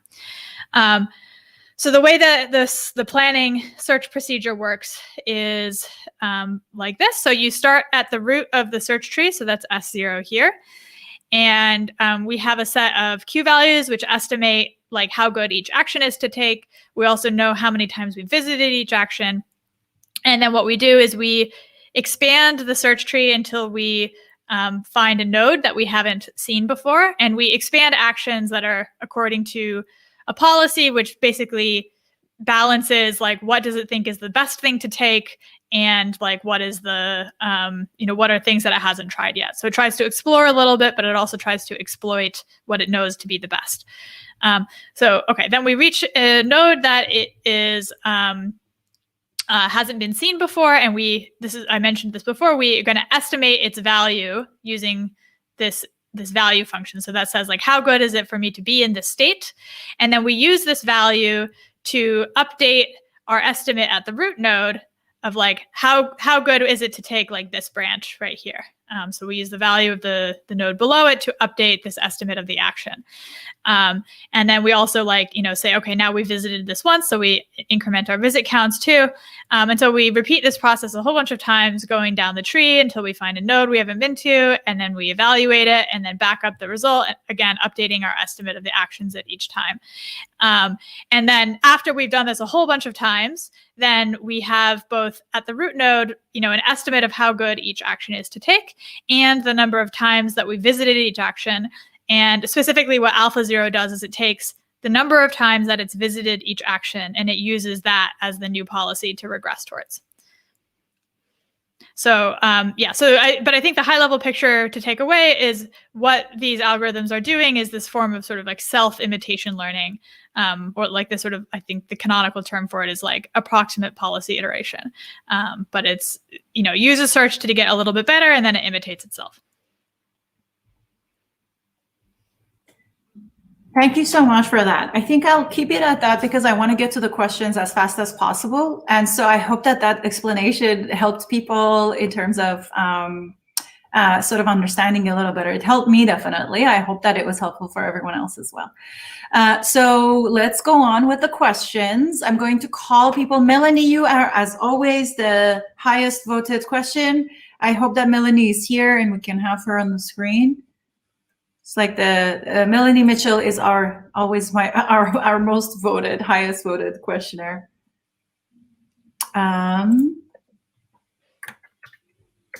Melanie, are you here? Are you inviting Melanie? Yeah, and I just invited Holly too. She's in. Oh, perfect. Perfect. Yeah. Perfect. Because the next question is Holly. Perfect. Hi. Hello. Hi, welcome back. You're muted. Hi. Oh. Sorry. Hi, everybody. And Jessica, thank you so much for your talk. It's fascinating. Thank you. So my question is about the use of models for abstraction and kind of transfer. A lot of times people will claim that having a model is what allows you to do, models are abstractions, and without having a model, we can't really take our knowledge and transfer it to new domains or related domains. And for example, you showed a picture of deep Q learning on Atari games like Breakout, and people have shown that like without a model there, the machine doesn't learn abstractions that would allow it to like play on a game of Breakout in which the paddle is moved up a little bit. Mm-hmm. There was a paper on that, and people have also said things like, AlphaGo can beat the best Go players, but it can't adapt to, say, a variation of Go. So I'm wondering about MuZero, which is now model-based, if it has that kind of transfer ability, and just wanted you to talk about that versus model-free RL kinds of approaches. Sure. Well, I guess just to clarify, all of the AlphaGo versions are model-based. The only difference is that MuZero learns the model as opposed to being given the model. So I would say, so sort of what I showed in the talk is it has some generalization capabilities. Like if you use the model in a new situation, like say in a new map that it hasn't seen before, it can get a little bit better assuming it has a perfect model. If it relies on its own model currently, you could probably get it to learn a better model, which is like why we have this like experiments with the perfect model. But I think so it has a little bit of that, and it certainly is much better than a model-free system, which, like basically when I showed this graph of like, it getting a little bit better with the perfect model, as it does more and more planning, like the point that was all the way on the left is the model-free case. That's where it's not doing any planning at all. So that's like what you would see with a model-free agent asking it to transfer, and it does get a little bit better in the model-based case. But I think, the reason why we couldn't get it to generalize perfectly is, again, because it still relies on these underlying learned components, these underlying neural network components, like the policy and the value function. And those things are themselves not generalizing that well. And that's what leads to it not having perfect generalization. And so I think what's missing is having the right structure inside the neural network components that lead them to be able to generalize. And so that's why I said I think our focus should be less on model-based reasoning and more on the structure of the neural network architectures themselves, because I think that's where we will actually see the generalization performance. Just having a model on its own is not going to get us there.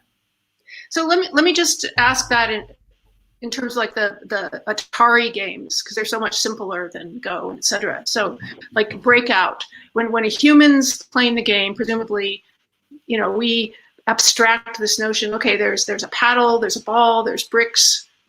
We sort of have this intuitive physics idea of what's going to happen when the ball hits the bricks and those kinds of things. So is that something that you're saying should be better approximated by the neural network part? That kind of yes. interpretation?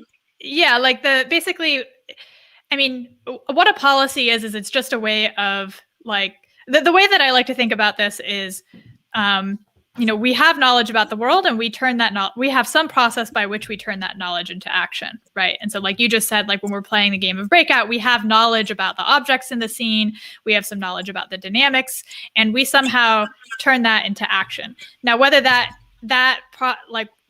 knowledge takes the form of, say, like I can predict exactly one-step transition of like, oh, if I move my paddle here, then this is the exact state of the scene at the next step. I don't know. We have something approximating that, but it's not as precise as what we have in like models that we look at in machine learning, I think. And I think what is needed to sort of like, we have like part of that is like one of the components, but there's also a glue, which is like we just have very good intuitions about like what are good things to try and like what are good strategies to attempt in the first place, right? Like if I tell you to play Breakout and I tell you the goal is to like get rid of all the bricks on the top, like you're not going to try to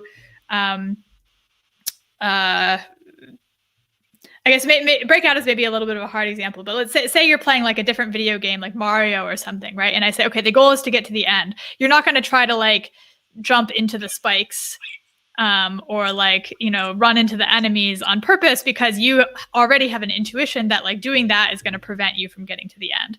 And so that's like the type of, I think, knowledge that it's sort of this like abstract general knowledge that we don't quite know how to encode in neural networks. But I think we can, in some cases, we can handcraft it. But ideally, we would have a way of imbuing that into our agents without having to handcraft it. I think that's really the question, is like, how do we do that?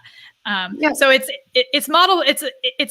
involves world knowledge and model-based knowledge in a sense, but it's not a transition model, I think.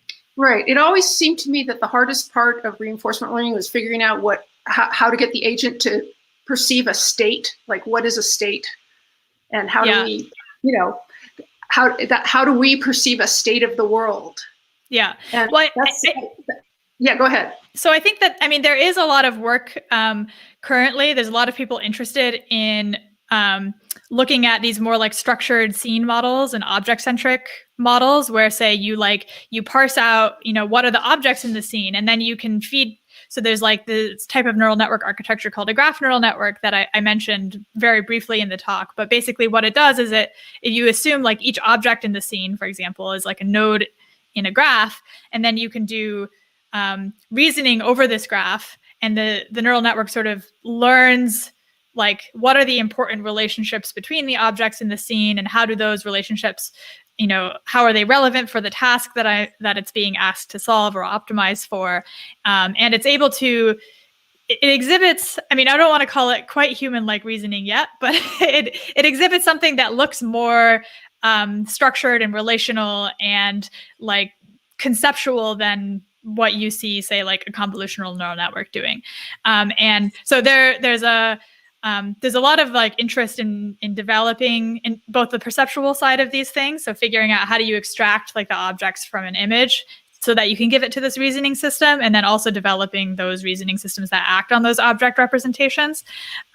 There's a workshop happening at NeurIPS this year that I think will be really exciting. I also helped to co-organize a workshop at ICML this year that was looking at very similar types of questions. So there's a growing community of people who are interested in building these types of things, but it's still like, I think, in its infancy, this field. Great, thank you. And it's great to watch your cat wandering around behind you. Yeah, he's annoyed that I'm not paying attention to him. Normally, we're watching TV or something right now. So, okay, thanks a lot. Thanks. So the next question, and Melanie, you should stay there while I'm reading the next question, because Holly said that their sort of camera is not working. Maybe in the meantime, we can invite slowly Ronan while we are asking this question. So Holly asks, how can we extract compositional components? For example, for images, how would we determine a dictionary of compositionality without hard coding it? So it's a good question, though I feel like I maybe would need some clarification on exactly what a dictionary of compositionality means. Yeah.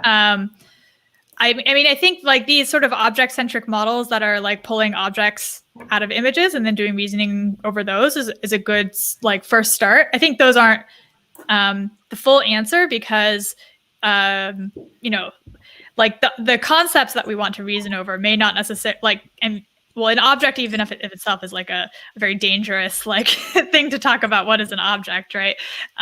Like objects can have hierarchical structure. So I could be talking about like, you know, like depending on what is the thing that we care about talking about, you can be talking about, you know, my cat or my cat's ears or, you know, the room that I'm in. Like, so just seeing a visual scene doesn't tell you the level of abstraction for like or like leaves versus a tree. It's like it doesn't tell you the level of abstraction of the concepts that you care about.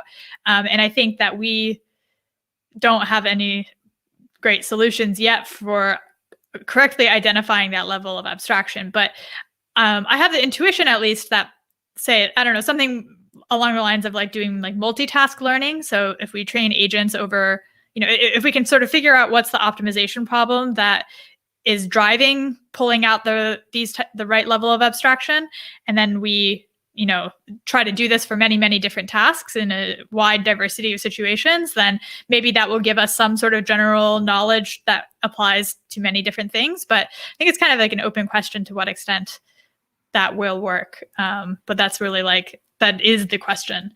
But yeah, if there's a clarification on dictionary of compositionality, I'm happy to say more maybe. There is a clarification. Holly says, I was thinking of prior paper where they had hard-coded a dictionary of lines.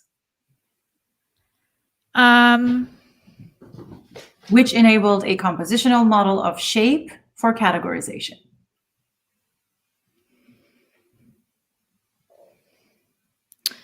I guess I'm still not entirely sure. I guess, so is the question maybe like having I see. But to capture all the components of an image, there would be many features such as color, orientation, etc. Holly, would you give us the reference to the paper you're mentioning? Just so yeah, that would be helpful. Yeah, that would be very helpful. Compositionality is one of these things where people use it in different ways, I think, sometimes, and it can apply to many different settings in different ways. So I want to be sure we're talking about the same thing is all. Yeah, that's a good point. And it's a recurring topic here. And while Holly is searching that, maybe we can have Ronan ask their question before we return to Holly. Sure. Yeah, thanks for having me online. It's exciting to join. I'm looking forward, and I started looking forward to it each Friday. Really great talks. Yeah, so I guess my question was about the connection of language and mental stimulation. And it just seems like there's really, I guess you were talking earlier about these different levels of abstraction. It seems like language sort of helps us navigate between them. Anyway, my question was about, I gave an example from the documentary Free Solo, where you have the climber Alex Honnold, and like a main part of his practice is like rehearsing in his mind, like through language. I guess John mentioned that he writes like notes, and he has like, and he just runs it through his head. Like he says, okay, jump to this rock and then this rock, and he has names for everything. And it's like systematically sort of manipulating this model. So I was just wondering, like, if you have thoughts how those sort of note-taking or inner speech is related to mental simulation. Is it the same thing, would you say, or is it something different, just at different levels of abstraction, maybe? That's a good question. I think it falls under the umbrella of it. I mean, mental simulation is like this widely overused term, I think. And like a lot of things are models, and they're not necessarily like implemented in the same way. But I mean, that sounds a lot to me like this idea of mental practice. I guess maybe a more like linguistic version of it, or a more semantic version of it, where I think the like classic version of mental practice is really like you imagine, say, like playing your piano piece or whatever, right? And then so you're not thinking like, oh, I'm going to put my finger here and put my finger there. Like it's much more fluid than that. Whereas this, I guess, sounds more like it's, like this more logical, like planning process of, oh, I should go here versus there. And I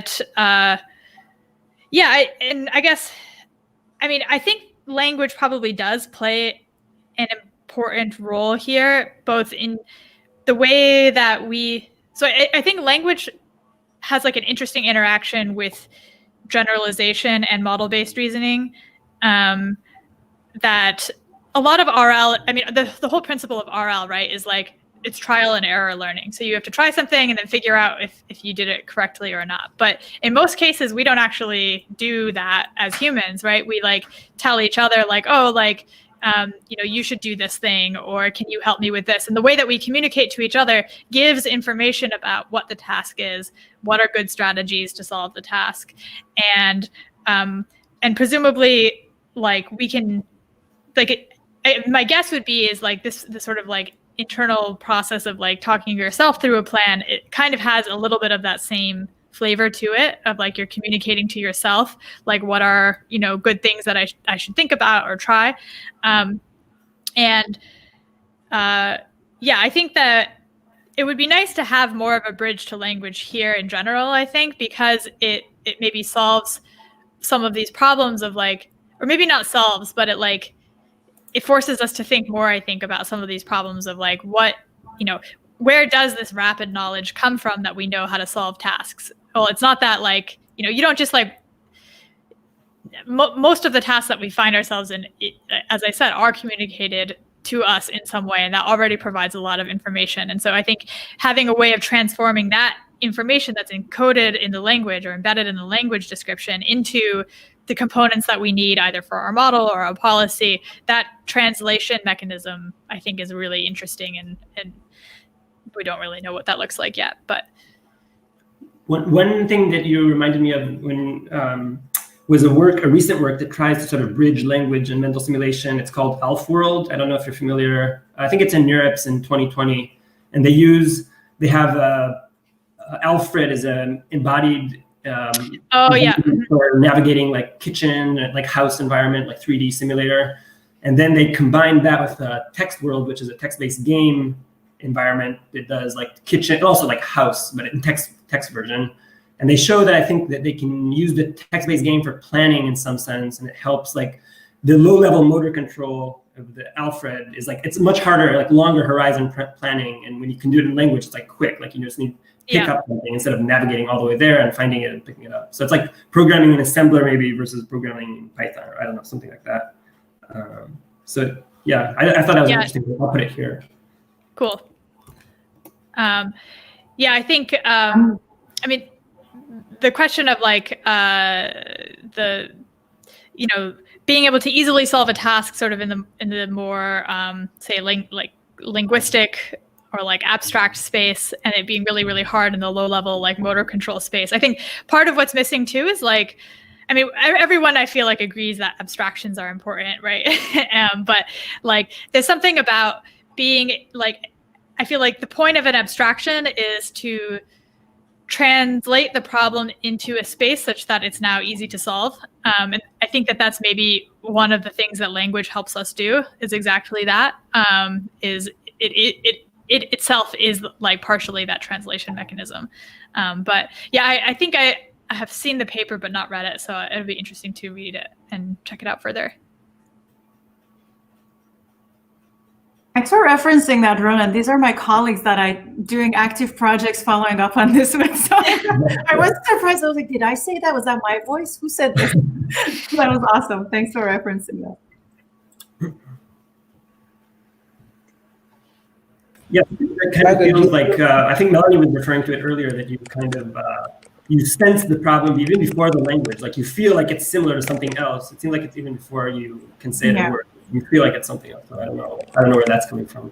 It might relate also to the paper of Jay McClellan in PNAS that we discussed briefly during his talk last week, 2 weeks ago. I don't know, I've lost track. And the interesting thing there is his proposal that a lot of us agree with, that the same model should have the language part and the representation of objects part be associated with one another. So you could potentially plan in either space, so to speak, or sort of learn to manage those concepts together. So I think that this tracks. The next high voted question is by John Langford. He had family duties, so he had to leave early, so I'm just going to read it. He says, in some elements of RL theory, the capacity to plan is critical for effectively gathering the information necessary to learn in environments where portions of the dynamics will not be reached by more simplistic approaches to exploration. And so I think that it's not formed as a question, but I think you can see the direction he's going. So yeah, totally agree. I think that's a great point. I think that point actually is, at least I would take as like sort of a suggestion as to why it's important to think about other forms of structured knowledge beyond just like one-step transition models. Because if we, the sort of question like implies a little bit like, oh, like we as humans would know, like, okay, in this aspect of the state space, like we don't necessarily know what's going on over there, but like that we've already conceptualized like this aspect of the state space. That's already like a concept that we have, and then we can direct our exploration towards there. But that's like it's a way of structuring our knowledge about the world that's not just, oh, what do I do next? What happens next? And I think that allows for much more efficient, like goal-directed planning and reasoning that we wouldn't have when just focusing on just one-step transition models. But yeah, I totally think that, I mean, exploration is like a huge part of this. And I think that that's like a lot of the like, causal exploration literature touches on this too, is like, oh, how do I understand the world? Well, I need to take various interventions to understand like, how exactly does this thing work? And in order to do that, you have to have a model of like how it, what are the possible ways that it could work? And then use that to sort of identify what are the which aspects of it should I explore in order to gather the most information. So there's a lot of like sort of, I think models are very important here as well. I just, I think that the emphasis should be more on other types of structure to them and not just the one step forward predictions. Yeah, thank you so much for that. And thank you, Ronan. So if we have a number of questions with the same number of likes, so maybe we can have Jonathan Rowski, who's been asking a lot of great questions for many sessions, and also Megan. Oh, the numbers are changing. Oh my God. Okay, Adam Charles. Adam, are you here? I am losing track of the... Adam seems to not be here anymore. Adam is not here anymore. So maybe while you're inviting Megan Peters, I can read his question. Adam Charles, in case you're here, like at some point, show yourself. But otherwise, Adam asks, how can we correctly make comparisons of human level when systems like AlphaGo essentially use the power, experience, etc.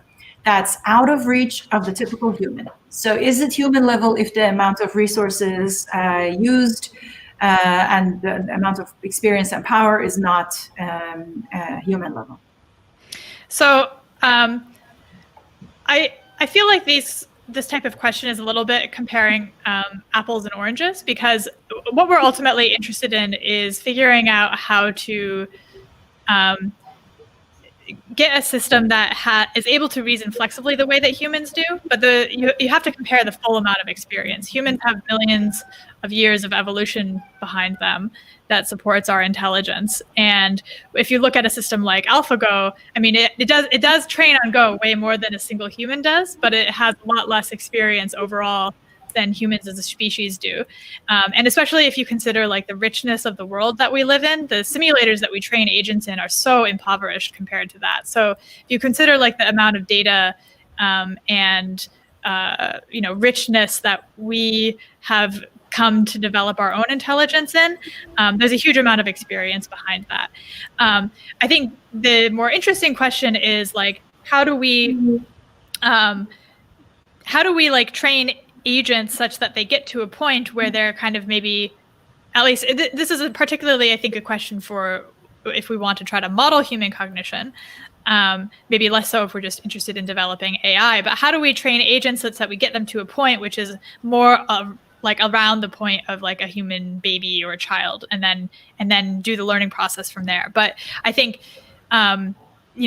if what you're just interested in is sort of the reasoning faculties, then and not the learning process, if you're just interested in like how good is it at the final point, I don't think comparing the amount of experience that a human has in their lifetime and the amount of experience that the agent has in their lifetime is really exactly the right comparison to make, because it's just, they mean different things. The experience that a human has and the experience that an agent has are just, they're so different from each other that it doesn't really make sense, I think, to compare the amount of it. So thank you for that. I think that that's a good point of thinking about the fact that RL algorithms are, mostly from the 80s, 90s. At best, their grandparents are from the 80s, 90s. And then, the newer versions of it are mostly maybe 15, 10 years old. But evolution has been a lot longer. So the amount of experience that such new algorithms have, and each of them basically starts from zero. So their architecture is something that is similar to new species having been evolved, but with our interference.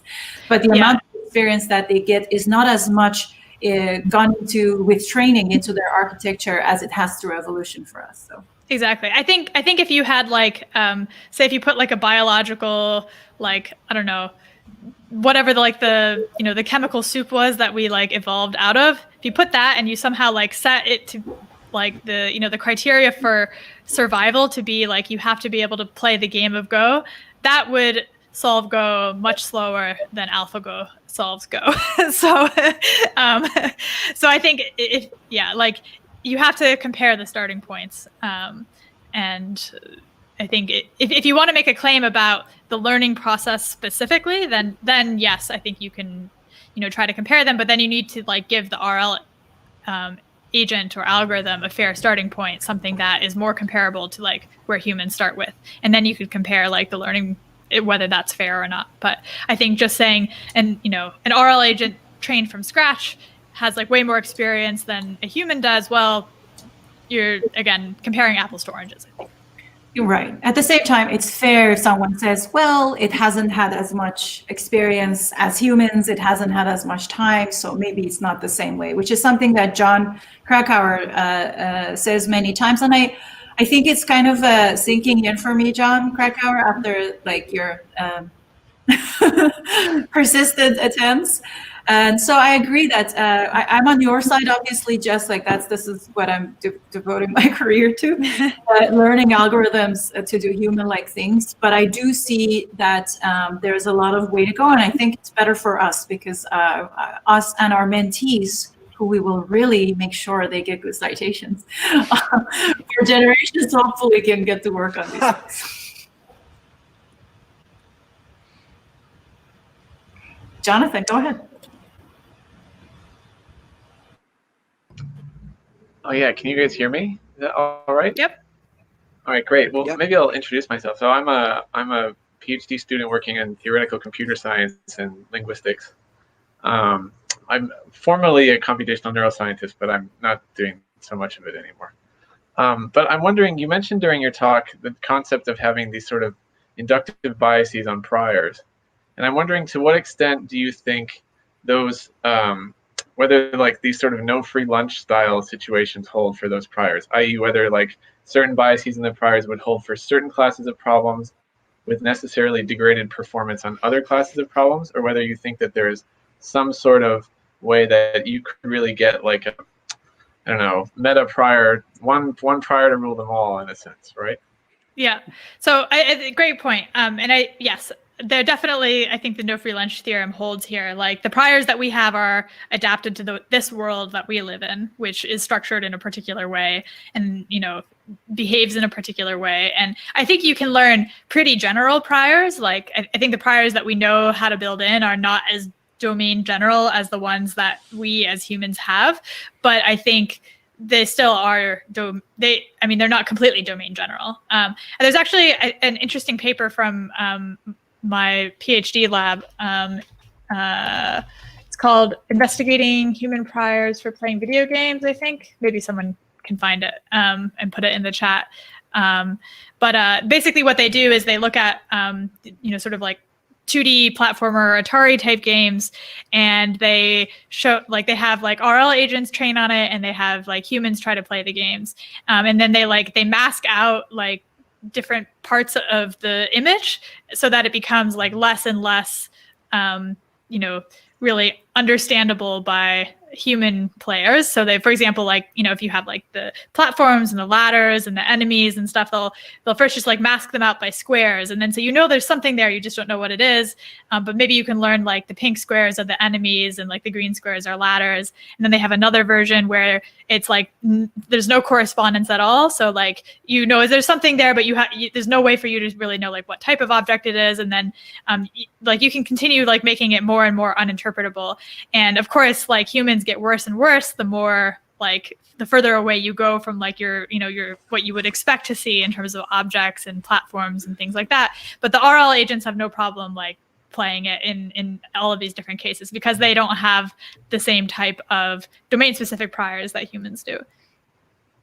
So maybe a small follow-up question is, then there seems to be this like tension between, especially in the cognitive modeling world, between those who would like to start from more general classes of priors and those who would prefer to start from, say, multiple more strictly defined classes of priors and then, go either way, right? So do you think there's some benefit to starting one from the other, or do you think there's some way that we could tease, like maybe even heuristically decide whether it's better to start with something that seems more general and then see if it becomes more specific, or whether some specific priors generalized to more general behaviors? So it's a good question. I guess I would think like, I think probably both are important. Like, there's a big push in machine learning right now to say like, oh, we should like remove all the priors. Well, I guess there's always been this push, especially in deep learning, but we should get rid of all of the priors and like, make it be, just scale up the data and the compute and make it as like domain general as possible.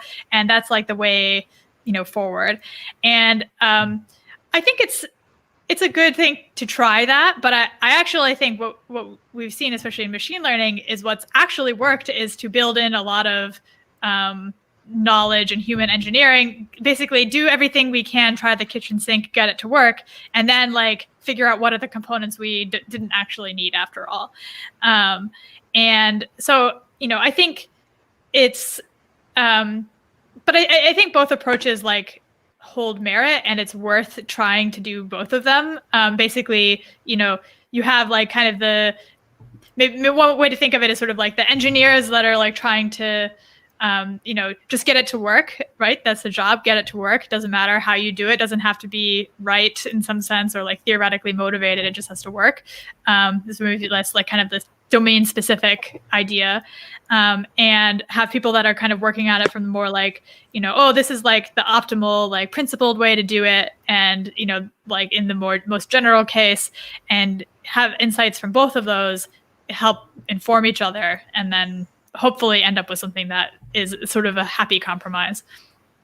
Yeah, I'm interested in what a compromise would look like for you in that sense. Like, is there, I guess, just understanding like what this notion of the bias, like this term inductive bias, like we've seen in some of the previous talks, like like everybody loves the inductive biases, but here it seems like there's a way for them to be sort of like very concretely set, and that's what I liked about your talk and paper. And so I'm wondering if like there's sort of limits to that, or if there's, or basically, like you said, you could just sort of do whatever you want, and let the community decide. Yeah. Well, I guess it's a little bit hard to say because everything has inductive bias. The question is just which inductive bias. Right. And I don't think that we necessarily have a very principled way of saying like whether an inductive bias is too specific or not too specific. And I think everyone kind of has their own line that they draw where they say like, oh no, this is like too, like, I'm sure there's plenty of people in machine learning who would say our work with the block stacking agents where we give them the objects in the scene and give them this like graph structure representation, that's taking it a step too far. But there's plenty of people who think that maybe we're not like taking it far enough because,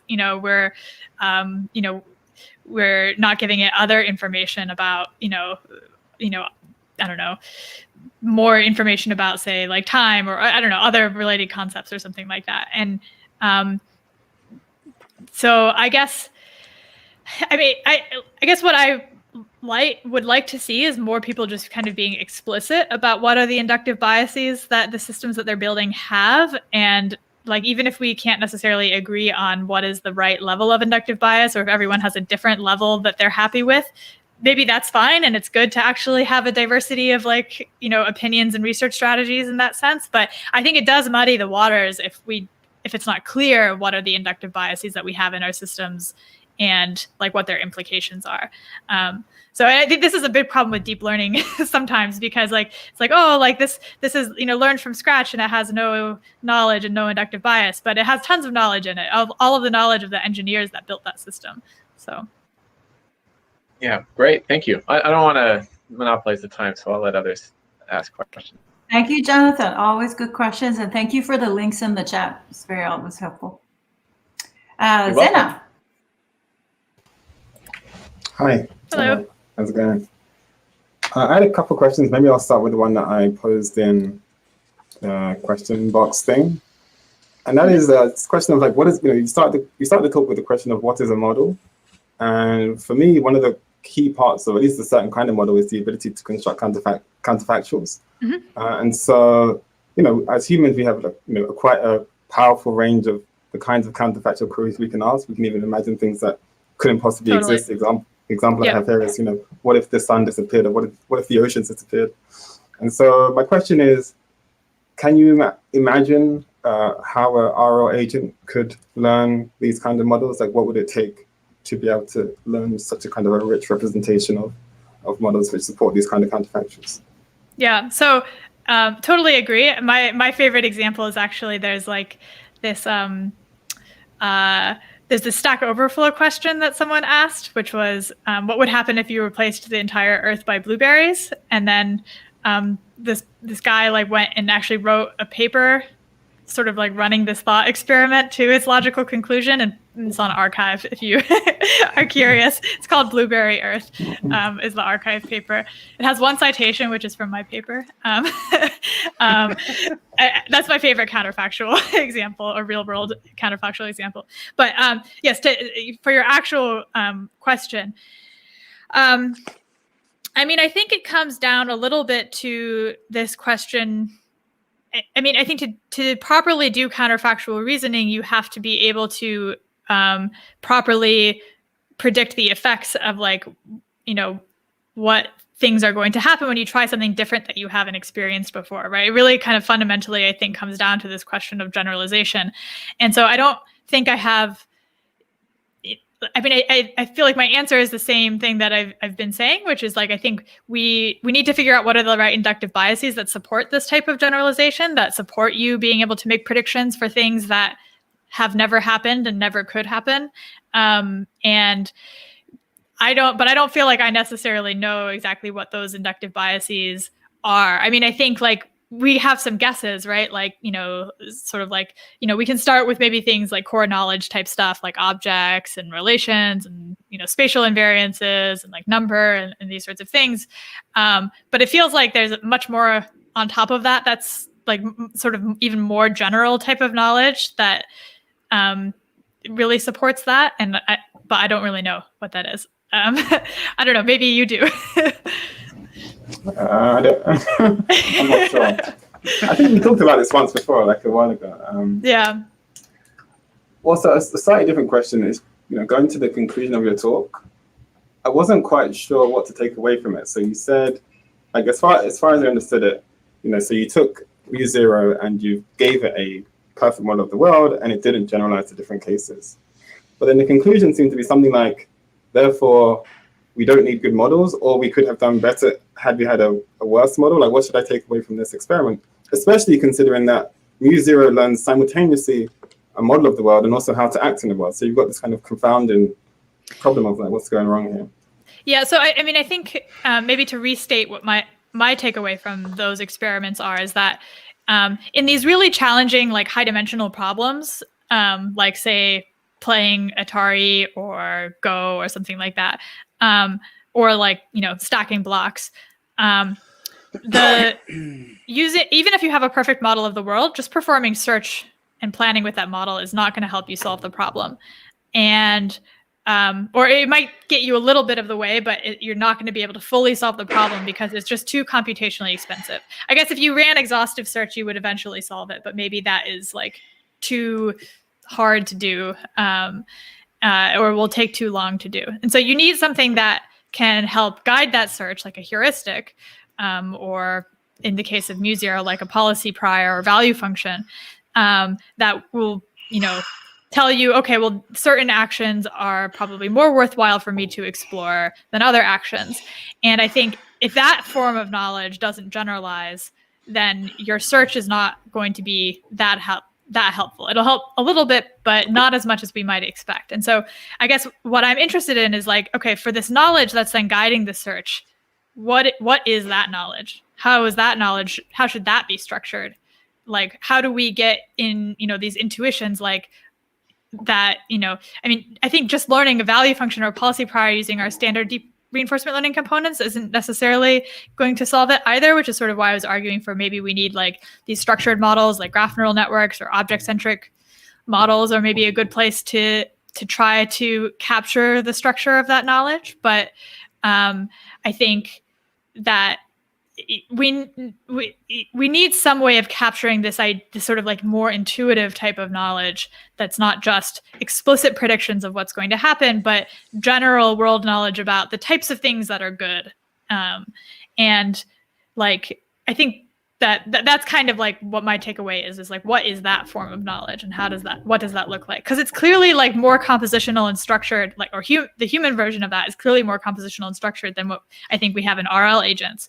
But what does it actually look like? And that I'm not sure. Awesome, thanks. Thank you so much. So it's late, we know. Lauren is here, so I'm wondering whether you want to take another one or do you want to wrap this up? It's all up to you. I think I could take one more question.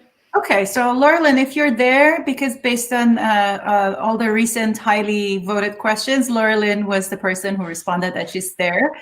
Could we invite Lauren on screen so that she could ask a question?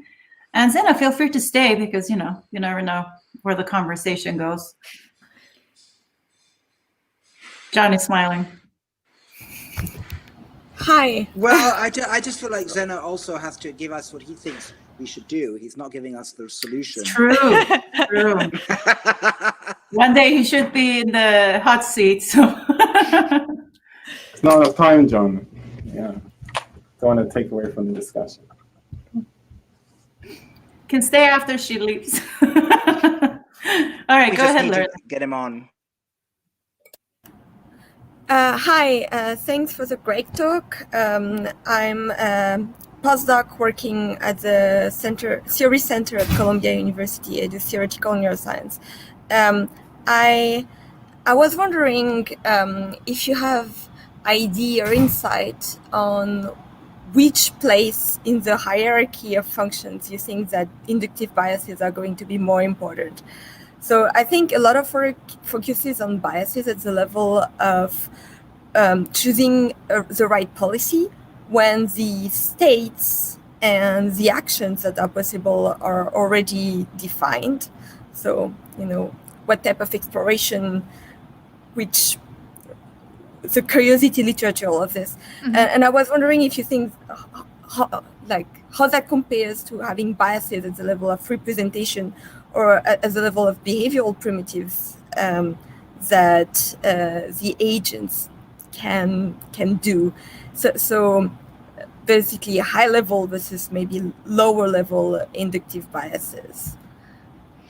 Yeah, so a good question. I mean, I think, I guess I would just rephrase to say, like I said, I think everything has inductive bias. It's just a question of like what type of inductive bias. But I think that, yeah, certainly like there's different types of, I guess, it sounds like what your question is sort of getting at is like the question of like, where should we care about having abstractions? Like do we care about state abstractions or like skills, like action temporally extended abstractions, or do we care about the structure that's in the policy? And I mean, all of these things I think are kind of tied together a little bit. Like if, say, like you have a different action space, like you have a set of options or skills you can take, then that, of course, like then affects your policy. And if you have a different input space, that then also, if say you have an input which is a graph, then that sort of implies something about the structure of the policy that you have to compute over. And so they're all tied together a little bit. But I mean, I think ultimately and I think for different levels of abstraction, say like at a very high level of reasoning, the types of structure and inductive bias that we would care about is probably going to be quite different from, say, like at the very low level. Like maybe, low level motor primitives, you care about having certain inductive biases like, smoothness priors or, things like that. Whereas like, at the high level of reasoning, maybe actually having a prior for things being relatively discrete is actually very useful. Carving up the world into these discrete pieces that then it's easier to do, say, search over or something like that. Yeah, so I think, does it answer your question? I feel like that, I mean, I don't think there's like a clear answer as to like exactly which types of inductive biases are most useful at which levels of abstraction or for like which parts of the agent. But I think it would be cool if we could try to, like, I don't know, as a field, map that out more. I feel like it's like, answering the question is like, just identifying like maybe one of those is maybe like multiple, like, or fully studying is like many PhDs worth, right? But as a field, as a community, maybe like that's something that we can try to map out that space a little bit more cleanly. Yeah, and it's, as you said, like they are kind of like related, and I'm wondering whether it's going to be easier to find inductive biases at the policy level if somehow we first have the right ones at the representational level and at the, motor control level. So that's why it's kind of interesting for me to see most of the work in RL at the policy level, and maybe less work at the other level. It's coming, but it's kind of interesting to see how that balances out right now. Yeah, definitely. And yeah, I mean, I think, and certainly like the focus that you see in like a lot of different like areas, like, like I contrasted, people who are studying like robotic control are like, they like will build their agents in a very different way than someone who's studying like, high level, like, how do I play the game of like Sokoban? And there's a lot of shared components, and I think sometimes maybe there's too much sharing, but yeah, I think that there is going to be a lot of difference between those different areas. Thanks so much. Thanks. Thank you, Laurelyn.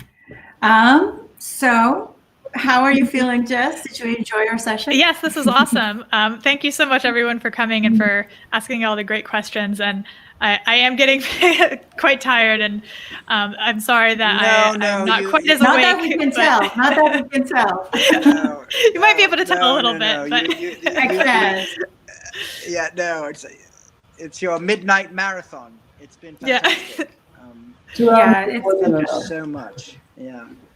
Yeah, Yeah, the well- sleepy version of you is I- much I more also feel sharp like you than, managed- than a lot of us when we're. John, go ahead.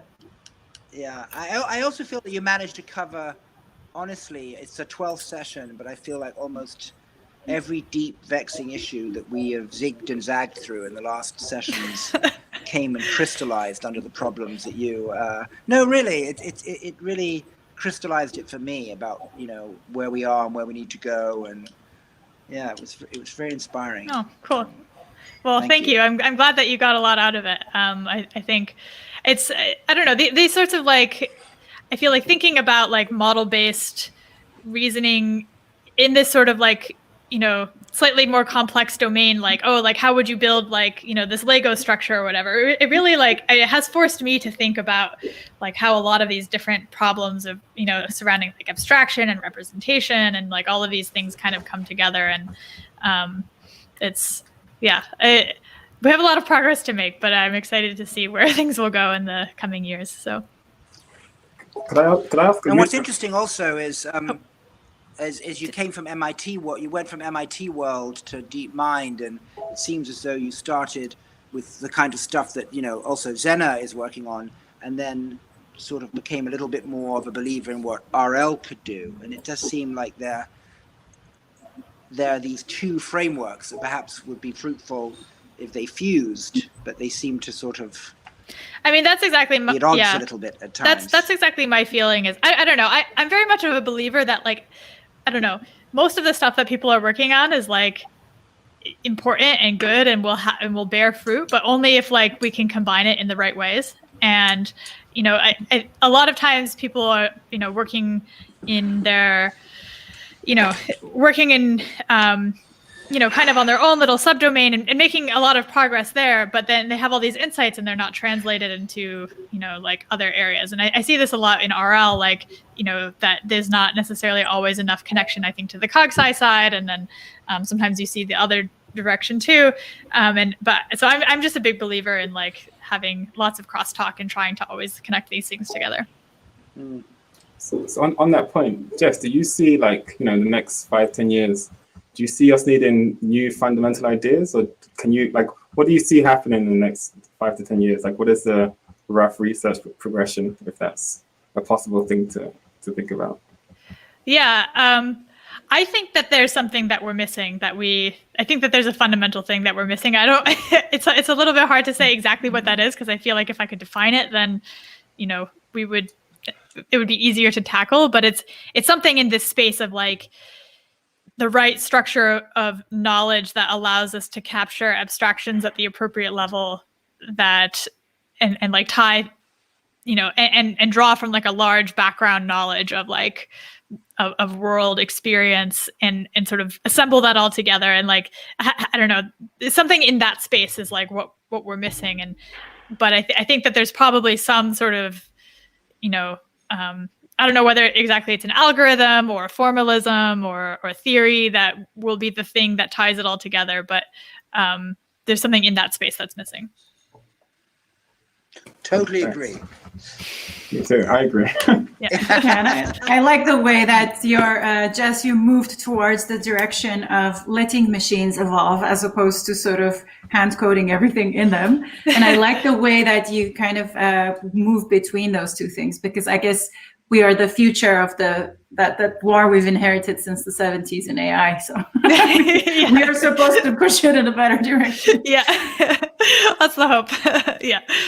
Yeah, you did a fantastic job. We all learned. I hope that you enjoyed your time. I did. Yes, yeah. Thank you. Come back All right, next session. Will do. Thanks again for having me. I'm going to sign off now, but hope everyone has a good night. Thank you. Thank you. Good Bye. night. All right. Ida, do you have any final comments?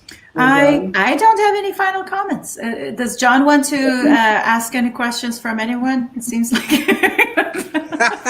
No, I'm tired. No, oh, thanks, Ida. No, I actually do think at some point we will have to have Zena on, because behind every gentle question, there's actually a strong opinion, and he spares us. But I think would it be fair to say that whatever's missing, it's worth talking more about as best we can what that might be, right? Yeah, definitely. Zena? I mean, and get at it. Am I overstating? No, I mean, I completely agree with her final conclusion. I think this is the heart of the problem. It's what I spend a lot of my time thinking about. So it's cool that there's similar ideas there. Yeah. Yeah, I'm definitely on the learning side, so it would be an interesting discussion. Well, what it seemed to me listening is that the learning side has obviously been much more worked out algorithmically, and you can actually put flesh on the bones. I do think that when one is at a loss to know what to do, inductive bias comes up a lot, right? So in other words, I think I would be, I can see that at the moment that notion is sufficiently nebulous and a bit of a placeholder for what we need. Well, the learning isn't enough. So I can kind of see. So, it comes up a lot, inductive bias, and all kinds of flavors. And all sure, kinds but of it's not levels. opposed to the learning approach, just to be clear. No, I wasn't Like saying Jane that. was- I'm saying yeah, that. right, I'm saying it. I wasn't saying it's opposed. I'm just saying I that see. it's less worked out, and so Right. it's not pulling its weight yet as much theoretically, it seems, as the learning is. So, as a matter of fact, historically, the symbolic people, the symbolic side, they kind of completely crushed the learning approach for a couple of decades, politically overpowered them literally, until the computers were strong enough that the learning approach sort of flourished with huge neural networks, right?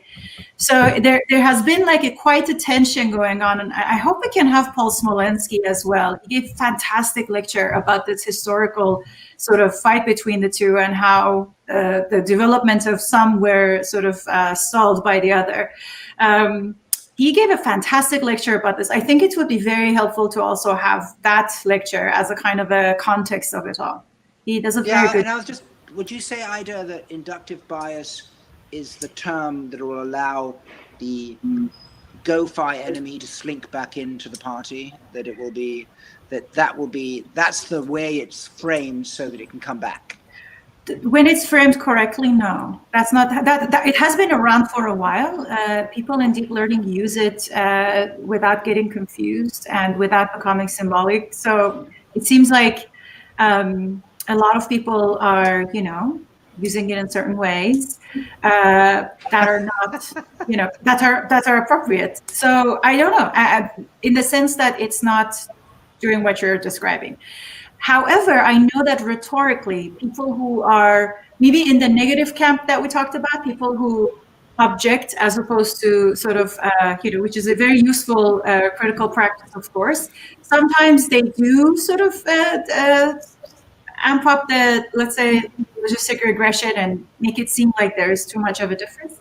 But as a matter of fact, it's not really that far away, especially like Jane Wang was saying, who's going to be our guest. So in the chat today, you can meta-learn your inductive biases. And so the fact that you would have an architecture or you would have a learned representation that would induce some biases does not mean that you have hand-coded it necessarily. So I would say that Jane would have very nice things to say about this as well. And I'm looking forward to her session. Can I ask you a question somewhat tangential to that, Ida? Maybe. Okay. Ask Senna maybe first. Right, not me. So, in statistics, people fight a lot about Bayesian versus frequentist statistics. And it turns out they come from two very different places. One camp has a different probability model. Literally, what does probability mean? Means something to the two different groups of people philosophically.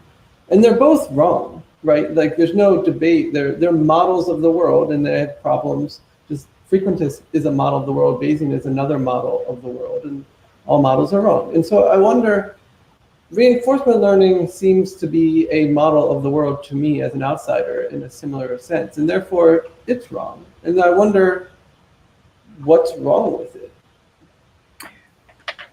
Seems like a little bit of it goes in the navel gazing direction, and I think we can handle that maybe at a different session when we have a lot of time. Since it was a very broad question, so and it's a loaded question the way that you framed it. So if it's okay, I will not engage with it.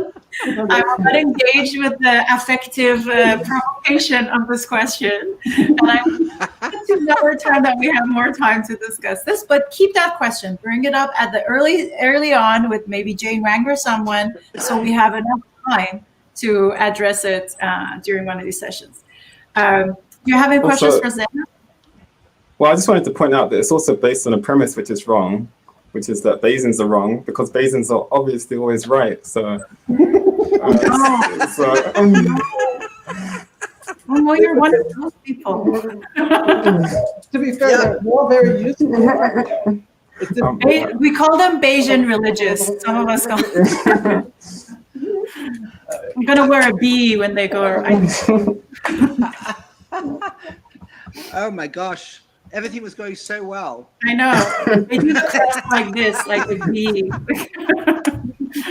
Well, look, I have to go. Honestly, that was wonderful. Happy Friday. And we're off next week for Thanksgiving, right? Yeah, indeed. And all right. Thank you, everyone, for being with us this whole time. Thanks, Anna. Thank you so much, Thanks, Kanaka everyone. and Claire. I have to acknowledge them in person. Kanaka, Claire, and Emma. Thank you. All right. Yeah. Thanks. Bye. Ciao. Bye. Have a nice week. Thanksgiving. Bye.